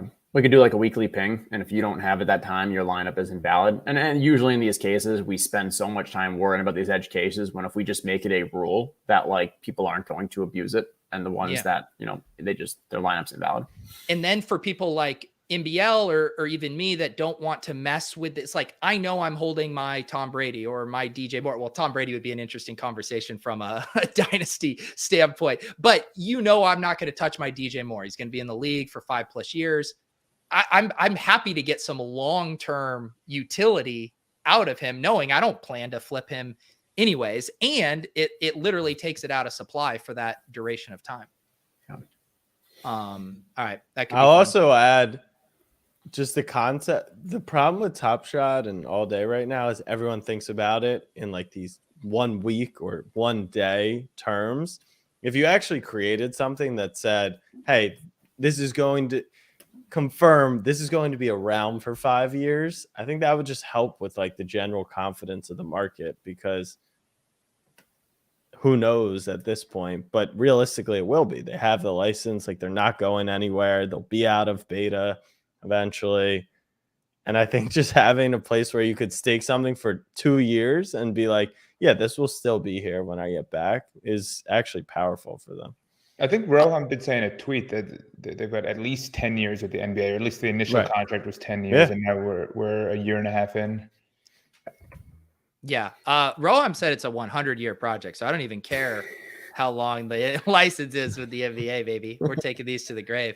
So what I was everything we're describing, you know, what Justin's describing, and you know, building in utility and fantasy games and all that kind of stuff off platform. I think like I'm all for that. People can do whatever they want, like off the platform. I just think when it's driven by Dapper, it feels weird and it warps the market in a strange way, and it feels like artificial and random, and it's like, kind of, what are we doing? If they had something where it's like you get some sort of reward if your guy is like, if you have a player at a certain tier who's like a top 5 MVP vote getter or something like that, so you can like buy and sell based on the actual performance in the game, but the goal is your player performs well, not that he fits into a strange box that Dapper established for the night. Something like that I would find more interesting. And like, you know, the games we're describing here and the concepts we're describing here, you know, this all makes sense. They're your own assets. You can do whatever you want with it. You can take Pokemon cards or physical cards and build your own game around them. And if you can build a community around that, like, fantastic. I'm all for it. It just feels a bit strange and I guess somewhat artificial when there's so much meddling with what's supposed to be a free market. So if you go back to Peter's with the sports stock market, a lot of the reason why it always fails is lack of liquidity and no underlying asset backing it. In this situation, if we say that collector score is the value mechanism for Top Shot or whatever it is, and based off performance on a given night, your moment can increase or decrease collector score value. And then at the end of the year, yes, the badges were in part supposed to add value based off their success as a team or whatever. Maybe there's hey, all-star game collector score, that moment gets an extra value. There's something, but again, that would still tie to us determining that collector score is the end all be all, which I don't think is ideal. But and who's determining the collector score? Yeah. Right. That's interesting. I mean, someone's going to crack the code. I mean, the Star Street original one based on fantasy points is like a pretty interesting game. I mean, it's kind of like Dynasty or Best Ball. If you're bullish on a guy, you buy him, and based on their projected fantasy points by the market, and if they exceed, you make money, and if they don't, you lose. But yeah, it's not liquid enough and the swings aren't big enough. Like, you want to really be able to profit when you hit on something. Right. And who are you profiting off is the question, because unless you have someone actually taking the other side of it, you've got to be going against the house. And if you're going against the house, you now need to actually come up with a structure where they can still be profitable to run this business, but also provide you with enough upside and also not be falling into the sports betting gambling territory. Yeah. I mean, it has to be peer-to-peer, where maybe they're not taking the short on the other side, but they're betting on other people, which is inflating the pot. But even that becomes a challenge. And that goes back to the big league advance thing, where you actually are creating value is betting on the person who, you know, has all of their financial livelihood and their families and, you know, generations to come potentially, and, you know, securing a baseline lifestyle while still enabling them to participate in like that super high upside, but also getting the benefit. Like, you know, the big league advance guys invested in Fernando Tatis. I mean, what did he get? $300-400 million. So obviously he's not getting $300-400 million now, and he's still going to do really well. But in the event that he had some crazy injury or whatever else happened and become the star, then that initial liquidity that he got could still be beneficial. But that's a whole nother conversation and tricky thing to figure out as well. Should we wrap up with some packs? Does anyone have packs to rip? Should we go to circle and all say one nice thing? Yeah, someone. I think it was Zach in the chat wanted us to say one nice thing. I think. I mean, we opened at the top. I mean, the whole NBA Top Shot announcement for how their roadmap stuff for the playoffs, I think is very exciting and executing on a lot of the things we've been hoping for. So are we saying a nice thing or no? Yeah, Hey, the nice. I wasn't gonna make us go around the horn, but speak Well, your, it's nice. speak It's your the truth, I don't- Mike. there. We can chat. I actually don't think that whole segment is duping on them at all. Like, I No. guess, Mike, with your opinions on the gamification to a degree, which is, fair. You're obviously allowed to critique, but I think they're proving that they're listening. They're proving that they care about, things that happen. We don't want them to be too reactive. It's all about a balance, but they're testing. And, our guy Fenster said, like, they're in beta. Like, it's tough to stomach. I'm like #1 anti-beta on the show, but they're in beta and they're testing like a bunch of different shit, which is really encouraging. They brought utility for the playoffs. They're thinking about the community. Pack breaking's coming. Bid is coming. And so I just like that they're actually trying. And even if they're failing, they're trying and failing and trying and failing. And so maybe they're going to crack the code along the way. I think it's awesome. Like, while the results may not say it's awesome, like, I think what they've done over the last few months has been spectacular. And it really does make me bullish. Now, that doesn't mean I'm going to go buy moments, because I still do think, my shit will be worth less tomorrow. And so I think for a lot of people, they don't really care. They just want to see their stuff go up. But I think their performance over the last couple months has shown they're very thoughtful about what they're doing, even if it's just trying different stuff. So that's my nice thing. Very nice. Are we going in a circle? Should we go? Mike really wants a formal clockwise. Well, he feels bad. He's feeling guilt. He's feeling very guilty. I'm not feeling guilt. I'm feeling fine. I think it's important to deliver criticisms as well, because they try all these things. If they don't get feedback, they don't know what people like and what they don't like. Yeah. First of all, my complaint for you, Jack. Actually, not Jack. Jack and show. That's 2 Fenster shout outs in one show, and I'm not going to hear the end of it. He's going to be so proud of himself. He probably texted me already. He should be. And the thing about that too is, I would allow it if Fenster was a regular comment, but he kind of picks in spots. He's a little flighty. I agree. Yeah. But I think he's watching. He's got a kid. I think He's got a kid. watching. There's like a lot of kid. stuff going on. Yeah, he's a Bills fan. Like, there's a lot of questionable things with him. But he's a weird dude. Anyway, so I'll keep mine short and sweet. I think a lot of what Jack described is right. I agree, and it's important for us all to remember they're trying things, they're testing things. It's a new market, it's a new space. They're trying to push the bill on what like sports collectibles can be. I've kind of explained what I don't love about the current form of gamification. I get why they're doing it. I get why a lot of people like it. I think what might be a happy medium is have levels and elements of gamification, but don't lead with that, where it's the featured announcement 4 times a week and not much else happens on the platform, where it should be, I don't know, maybe once a week, once every 2 weeks or something like that, but scale down the gamification a little bit, and try, I'm not sure exactly in what form, but this is not what I'm paid for, try and get back to the collectible side of things a bit, where it's interesting that there's a Shaq debut and there's a reason to own a Shaq debut, or there isn't heavy utility reasons to own everything else except for a Shaq debut, to even the playing field a little bit across the collectible nature of it. And so I think they're doing a lot of good things. They're making a lot of good announcements. They're trying things, all good stuff. I just think the gamification has gone too far. Get out of here, Fenster. Look at that thumbnail, though. That's a nice picture.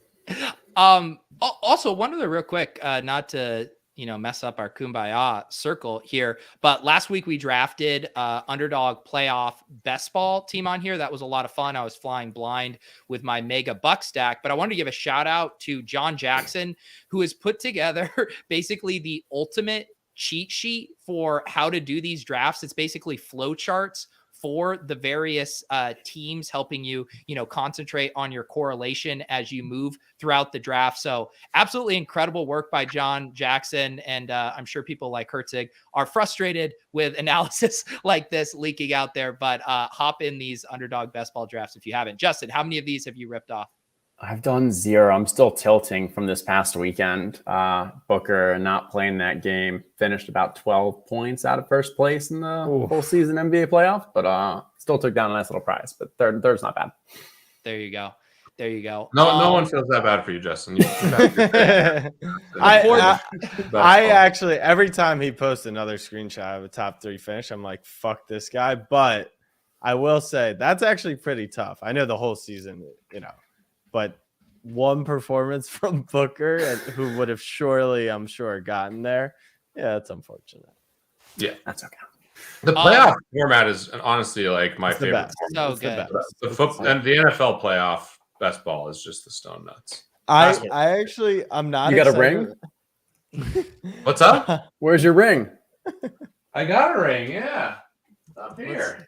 I Serious. mean, look at how nice this thing is. Oh, I wait. mean, unbelievable. What is that? What? Yeah. Oh shit! Yeah, That's let's for the big dog, Can we right? start talking about underdog a little bit more? I mean, that's. And then Justin with his belt. Wow.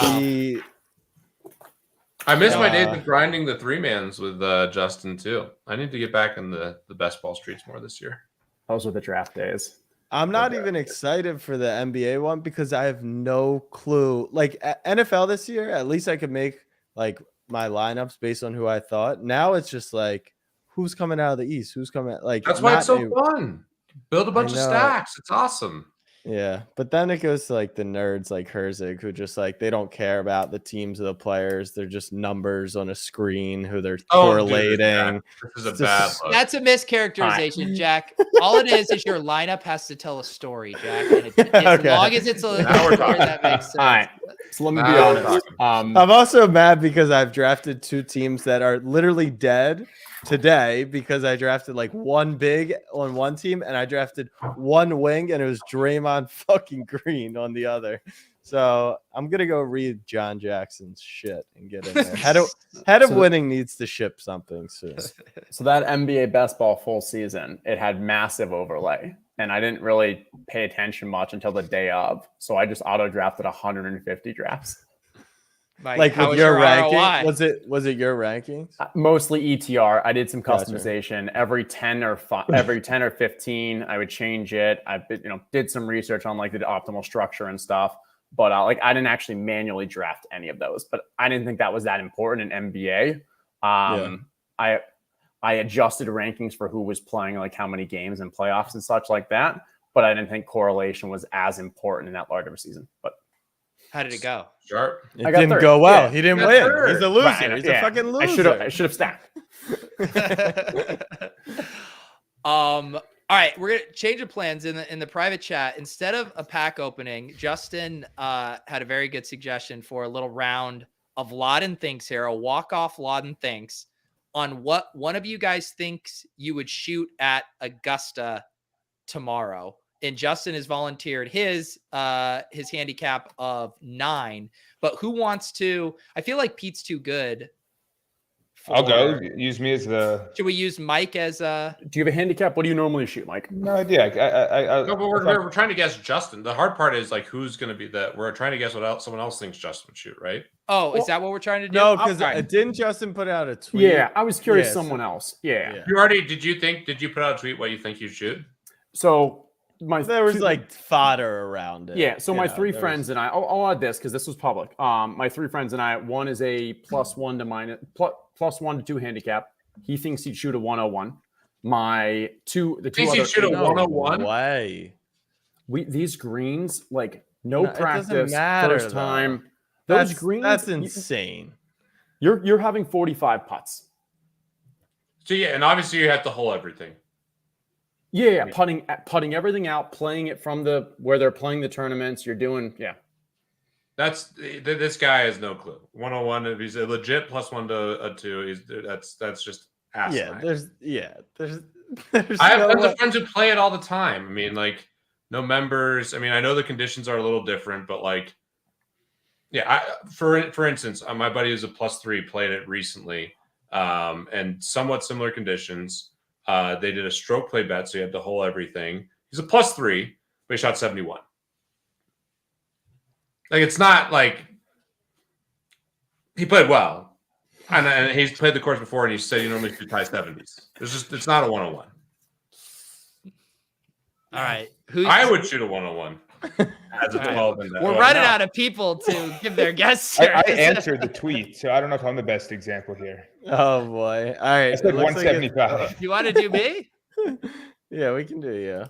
I like the But- 9. I think the 10 handicap. What does a 10 handicap shoot? In But tomorrow? now we have too much context. I was gonna say now we're too dialed in. It's Pete or I who we've given no context to the situation. I don't know how much. The debate in the replies was what Siege was going to shoot. He says he's an 18, and obviously he came up with a very aggressive line for what he'd actually shoot. If we What want to did use he an say? 18, 120, I think, right? something like that. He said he'd probably get to the par threes in like 2 or 3 over. Lou. All right, shooting 101, not bad.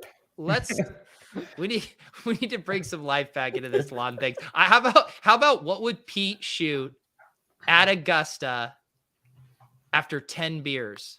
I love it. I love it. The Tigers is playing partner again, right? And no driver in the bag or what? No, he could have his full clubs, but and these 10 beers have to be drank within 2 hours of tee time. Can't start earlier. He's got basically 5 beers an hour, 2 hours before, and then hits the course. Who's I hit the course 10 beers deep. 10 beers deep. What are you Who's shooting at? actually- You guys want to guess what I think I'd shoot, and I'll put down? Yes. Walking, Yes. walking 18, because that, like, I don't know if we're gonna assume you finished. It's so hilly, yeah. Yeah. Well, most guys too, just to put it out there, like a legitimate golfer, and I get they made the conditions well. I think like there's some gettable holes, but yeah, I think if you have to hole everything, like a 2 handicap shoots in like the 80s, like low 80s. I think The guy I'm talking about that shot 71 also like is playing like the US 4 balls, like played college golf, like it's. Do we know your handicap, or is that not part of this? What's up? What's your handicap? Do we know that or no? I'm a 7.2 index, playing the worst golf of my life. I just shot back-to-back like 90s, 90. Oh, Didn't right play there for 3 with you. months, and my golf game is Jennings. absolute shit. Oh Well, my! to be fair, God. apparently you've just been practicing ping pong and table tennis, and you just have a wicked serve that, yeah. I played decent in ping pong in Nashville. I was playing decent in golf last year, and even my yesterday I shot a 91. And I shot a 41 on the front with 2 doubles on 8 and 9. Like I was like 1 over through 7 holes, and then still proceeded to just completely implode. Hey, God, that reminds me real quick, Pete. Can we get the backstory on Ashley's tweet from a little while ago? You guys were out on a romantic dinner, and you told her that her and Gracie were holding your ping pong career back. Yeah, that was obviously a joke, and she, of course, wanted to tweet about it. But yeah, it is frustrating on our current house. Everything echoes. So if Gracie's sleeping, we can't play ping pong. It's a disaster. All I want to do is play. I want to come over, play ping pong. Need to get a golf simulator. I mean, I'm just doing it all wrong. It's Poor terrible. Pete. Get your life together, Pete. It All right, sounds 10 awful. beers deep. Have to hold everything at Augusta, and we're playing the tips, obviously, or whatever the tees that the PGA Tour Yeah. players are playing. We're playing the tipsies. All right, I have my guess written down for Jennings. Okay, I've got mine in my head, so I'll begin. Hold on. Mike is doing like beautiful mind level math right now. I'm not. Justin, do you have your guess? I got mine. This is this. Well, hold I on, feel like don't this say is no, I'm not. This is, I think, tough because Pete, gave us the context clue of where he's saying Augusta isn't that hard for a golfer, but we also I've seen Pete have some drinks. I don't know if I've ever seen Pete like pretty blotto, and I also don't know how well he would perform under that condition. So I feel like And there's we're a doing lot this- of- The other Yeah. factor that I'm not counting, like, is this with like fans and stuff, or this is just like you're out there saying? Fans make it easier. I'm gonna say fans make it easier because I think fans should, in theory, make it easier. And this, Why do I'll say fans this. make it easier? There's part of my analysis overall that You I hit think is the them. part you're underestimating, Justin. It's really hard. The putts is really hard, but there's one element that I think makes it a lot easier than other courses relatively. Is it the 10 beers? because you don't lose balls. You don't lose balls nearly as often. You Like, don't. it's You're pretty like wide open. you're just not hitting balls out of bounds off the tee. All right, we got to guess again now. We got. No, we When got the- the numbers. wait, We you're- got our numbers. He just Wait, gave you're us not some hitting information. balls out of bounds when there's people because you're hitting people? Well, So so t- like in other courses, you might be fortunate a ball that would be going out of bounds might like hit people and come back in. Right. Part of the thing about Augusta in general is that it's very hard to hit the ball like actually out of bounds, which that when you're playing for total strokes, that like the total killer is you hit the ball out of bounds off the tee, then you have to take your third shot right off the tee. Like that's where the 7s, 8s, 9s really start coming into play a lot. And you're still going to make those on this course, obviously, but like it's like Harbor Town or something like that, or somewhere where there's like a ton of out of bounds. That would be like, it could get ugly fast. Okay. All right, Mike, what's your guess? Wait, I got to start. Yeah, I Jack's remember going right now. 122. 127. All right, I'm bullish on Pete. 116. I was You're bullish about on to change Pete, to perspective of 117. Pete. And I went high. I went 139. I said 115. Let's go. You just hit 90 the past couple days, and you're gonna 10 drunk beer shoot 115 at Augusta. I wanted to go like 150, but I felt like Jennings was talking real confident. 10 beers, tips, putting out everything at Augusta, and we're adding on 25 strokes. Okay, so like I have other context. A former NFL receiver that I play a lot of golf with. I give him 3 aside. He just shot 82 at Augusta. 10 beers. 10 beers. It doesn't matter that much. 10 beers, like it's not that like if you 10 said beers 20, doesn't matter. 20 beers, I'm in big trouble. What 10 Jennings, beers, like there's 20 no 10 beers way. in 2 hours is a lot. What distance did he play? What pin location? And what were the you greens? played one-ups, I'm sure, for 82s. And I get it's a lot harder. Wait. I mean, 115, I'm pretty confident I can make like a lot of bogeys and double bogeys. Like a lot. My bet What was is that Bitcoin- you're not in prime drinking shape right now. You just No, had a I'm definitely not in daughter. prime drinking shape. 10 10 beers. I think Maybe that I'm would knock underestimating you the 10 out. beers. I'll be candid. I'm thinking I'm like really buzzing, but I'm not like falling over.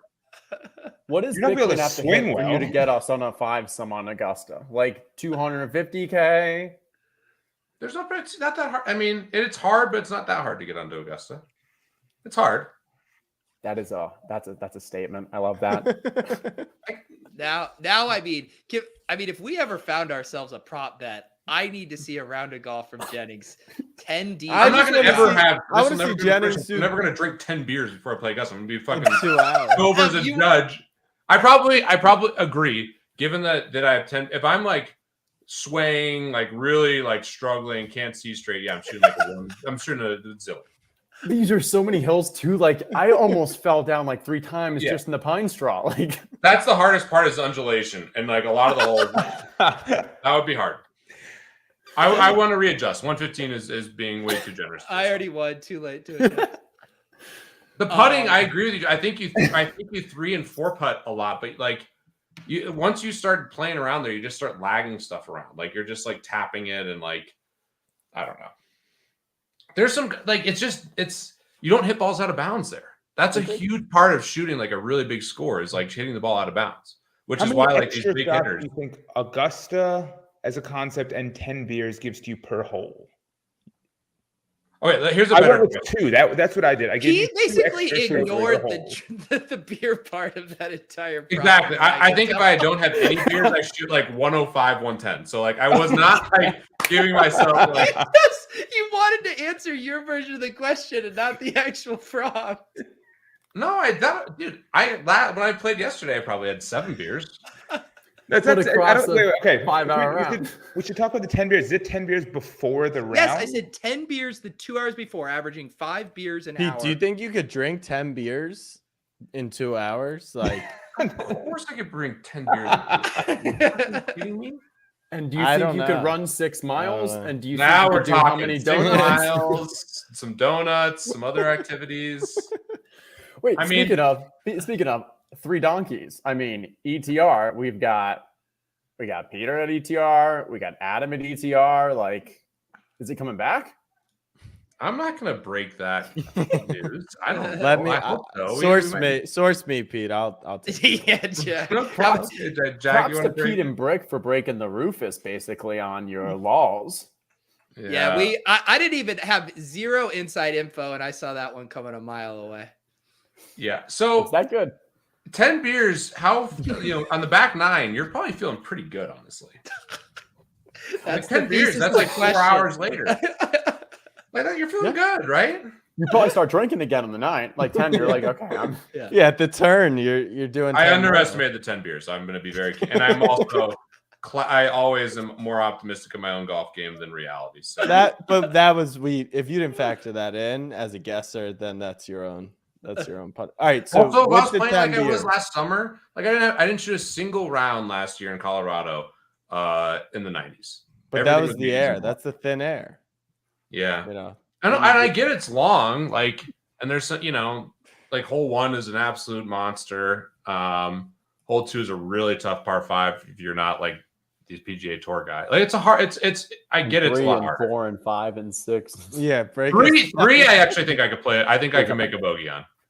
Do you Like think you're could making par bogeys. birdie? Like the par 3s aren't going to absolutely kill you. The 241 is. We were looking at that. 241, but you make a par, or I'm sorry, a bogey. Do you make a bogey? You How go many short. pars? I would probably how many- hit driver. I'd probably hit it somewhere ish around the green. Like I guess that's one hole where you could hit it like out of bounds, like if you yank it or something. But I'd probably fade it and slice it or something shitty. Chip it up on the green and 2 or 3 putt. Yeah, bogey double. Ten- Bogey. This is crazy. 10 beers and a 3-point. 10 beers. contest. 10 beers. I had 10 beers. I'm wrong. No, 5 shots each spot. Okay, now we got to bet. I will drink 10 25 beers in 2 hours and I'll shoot 20 3-pointers. 25 threes. We're How doing many that. drinking? Next we Club guessing Top then? Shot meetup. That's the prop bet. Fine. 10 beers, 3-pointers. I would take myself. What's your normal? What's your over sober again? 45%. Here What's comes your What sober percent? again? What percent? Over 45. And your sober? I would take over 70? 45 for you. What's up? What was I your would take sober over again, like 45% for you Yeah, like after 10 7. beers. I'm under. I'm fading Pete. You think at 10 beers in 2 hours, you don't think I can make 45%? We also need to talk ABV here as well. Yeah, now I'm thinking course. I don't Lights. know. I've played basketball intoxicated before. I was unconscious for the first 3 shots, and then I couldn't find the hoop once the alcohol. Yeah, but kicked you were in. like actually trying to play basketball, right, Jack? Yeah, but like Yeah, still, we're talking about standing still. All right, why don't we just put beer? I want to goggles this on bet. I there? won't talk about the golf when I'm wrong. The golf when I probably shoot like one. I'd probably shoot 150. Like I still There question it if you could do 10 beers in 2 hours. You want to bet on that, Jack? You're How gonna much do we lose bet that on that? one. 10 beers. In I 2 hours think is you fine. could. I think you could chug 10 beers in 2 hours, but drinking them without. Dude, you realize how speed- long 2 hours is? It's It's a beer a every beer 12 12 minutes. minutes. That's not. Dale did the math for us. That's not bad. That's not bad. That's pretty bad. As long as you can go to the bathroom in between, like you're fine. Well, that's a factor. That's You gotta pee. definitely a factor. You can pee. Well, yeah, but that drains. What? You could pee. That drains. I've We're gonna seen let guys the kid play pee, golf. Jack. To be clear, I've seen guys have way over 10 beers, and again, it's over a course of 4 hours. But I've seen guys have like 15 beers in like a course of a golf. Yeah, but that's 4 hours. I mean, 15 beers in 4 hours or 10 beers in 2 hours. I mean, I don't know. All right. There's only one way. We're The gonna whole have to thing do was a this. ploy to get Jennings to just get. We can drunk also do with this. How us. about we'll set up another golf course? It'll obviously be easier than Augusta. But I think of all the courses on the PGA Tour, like Augusta's not like the hardest. Augusta's the easiest. It's not the easiest, but it's definitely not the hardest. It's not even close. What is the hardest? I mean, all the U.S. Open sites are going to be like what they do to make courses like really hard is when the greens become like concrete. When you like land on the green and you can't keep it on the green. It's really all rough. Like Shinnecock when they added, like I'm shooting 200, like you get the ball out of bounds, you get the ball in the rough where you can't advance, so you can't keep it on the green. I mean, I don't know if I break 200 and something like that. Pete So does I went have in- a little experience of drinking and playing basketball here, so watch out. There has been a little How about training. my 3-point shot when we were drinking booze? It was good. It was very good. All right, we're gonna land the plane. Justin, appreciate you chopping it up with us. Anything else you guys got going on over at OTM right now? Nah, just come join the Masters contest, even if you just want to have some fun. If you're not sure how to do it, just shoot me a DM. But no, all good.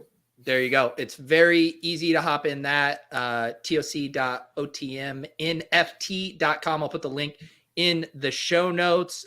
Pete, great having you tonight. I'm glad. I'd like to imagine the rest of your week is going to be spent thinking how much you could drink while simultaneously accomplishing various. I'm sports embarrassed. feats. I'm wrong. The 115 is an egregious guess. It's 150. All right, If so you- what's the new number? What's the new 150. 150. One- But I want This action on the is not- 3-pointer. This is what I thought the correct answer should be closer to. Justin, what do you think you shoot?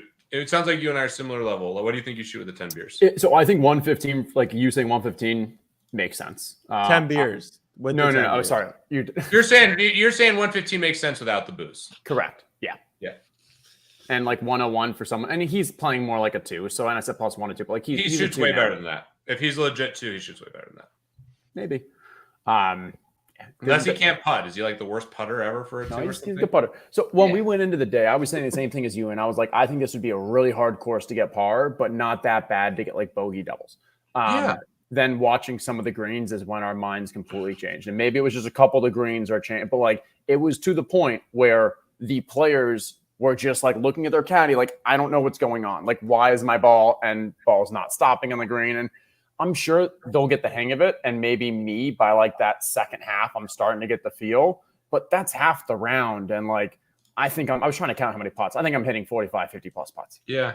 I think that's right. I'm not making I'd say I'm making 50% of 3-footers, like maybe 50% of 4-footers, 5-footers. Like, and that's where I think it gets really hard is now you're lagging 5-foot, 6-foot putts. Ugh.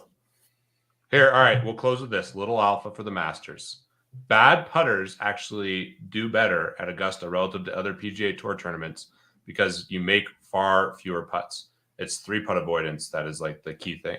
So guys like Bubba Watson, Adam Scott, these guys who aren't like great putters but can lag decently well, historically have done well at Augusta. Wow. If you waited 2 hours for your DFS alpha leak, congratulations. Becky Matsuyama won last year. That guy can't putt. There you Great go. menu, though. I got some alpha there. His caddy, when asked how he's playing, he said the shoulder is doing okay. He's optimistic. And Matsuyama did not do the practice round. Instead, his caddy was walking it himself, rolling the balls and doing everything that a caddy would do.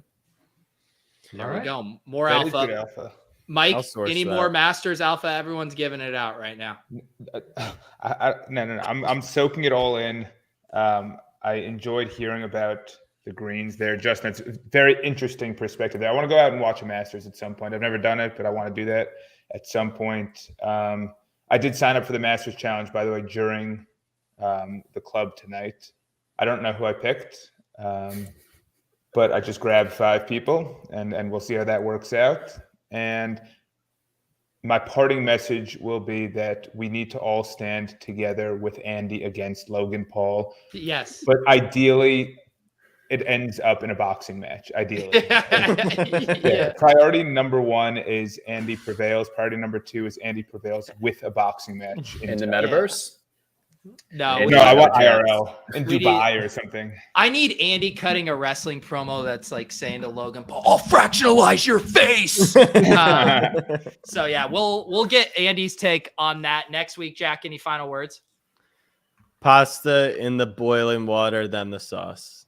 Yeah, your champion's menu, al There you dente pasta.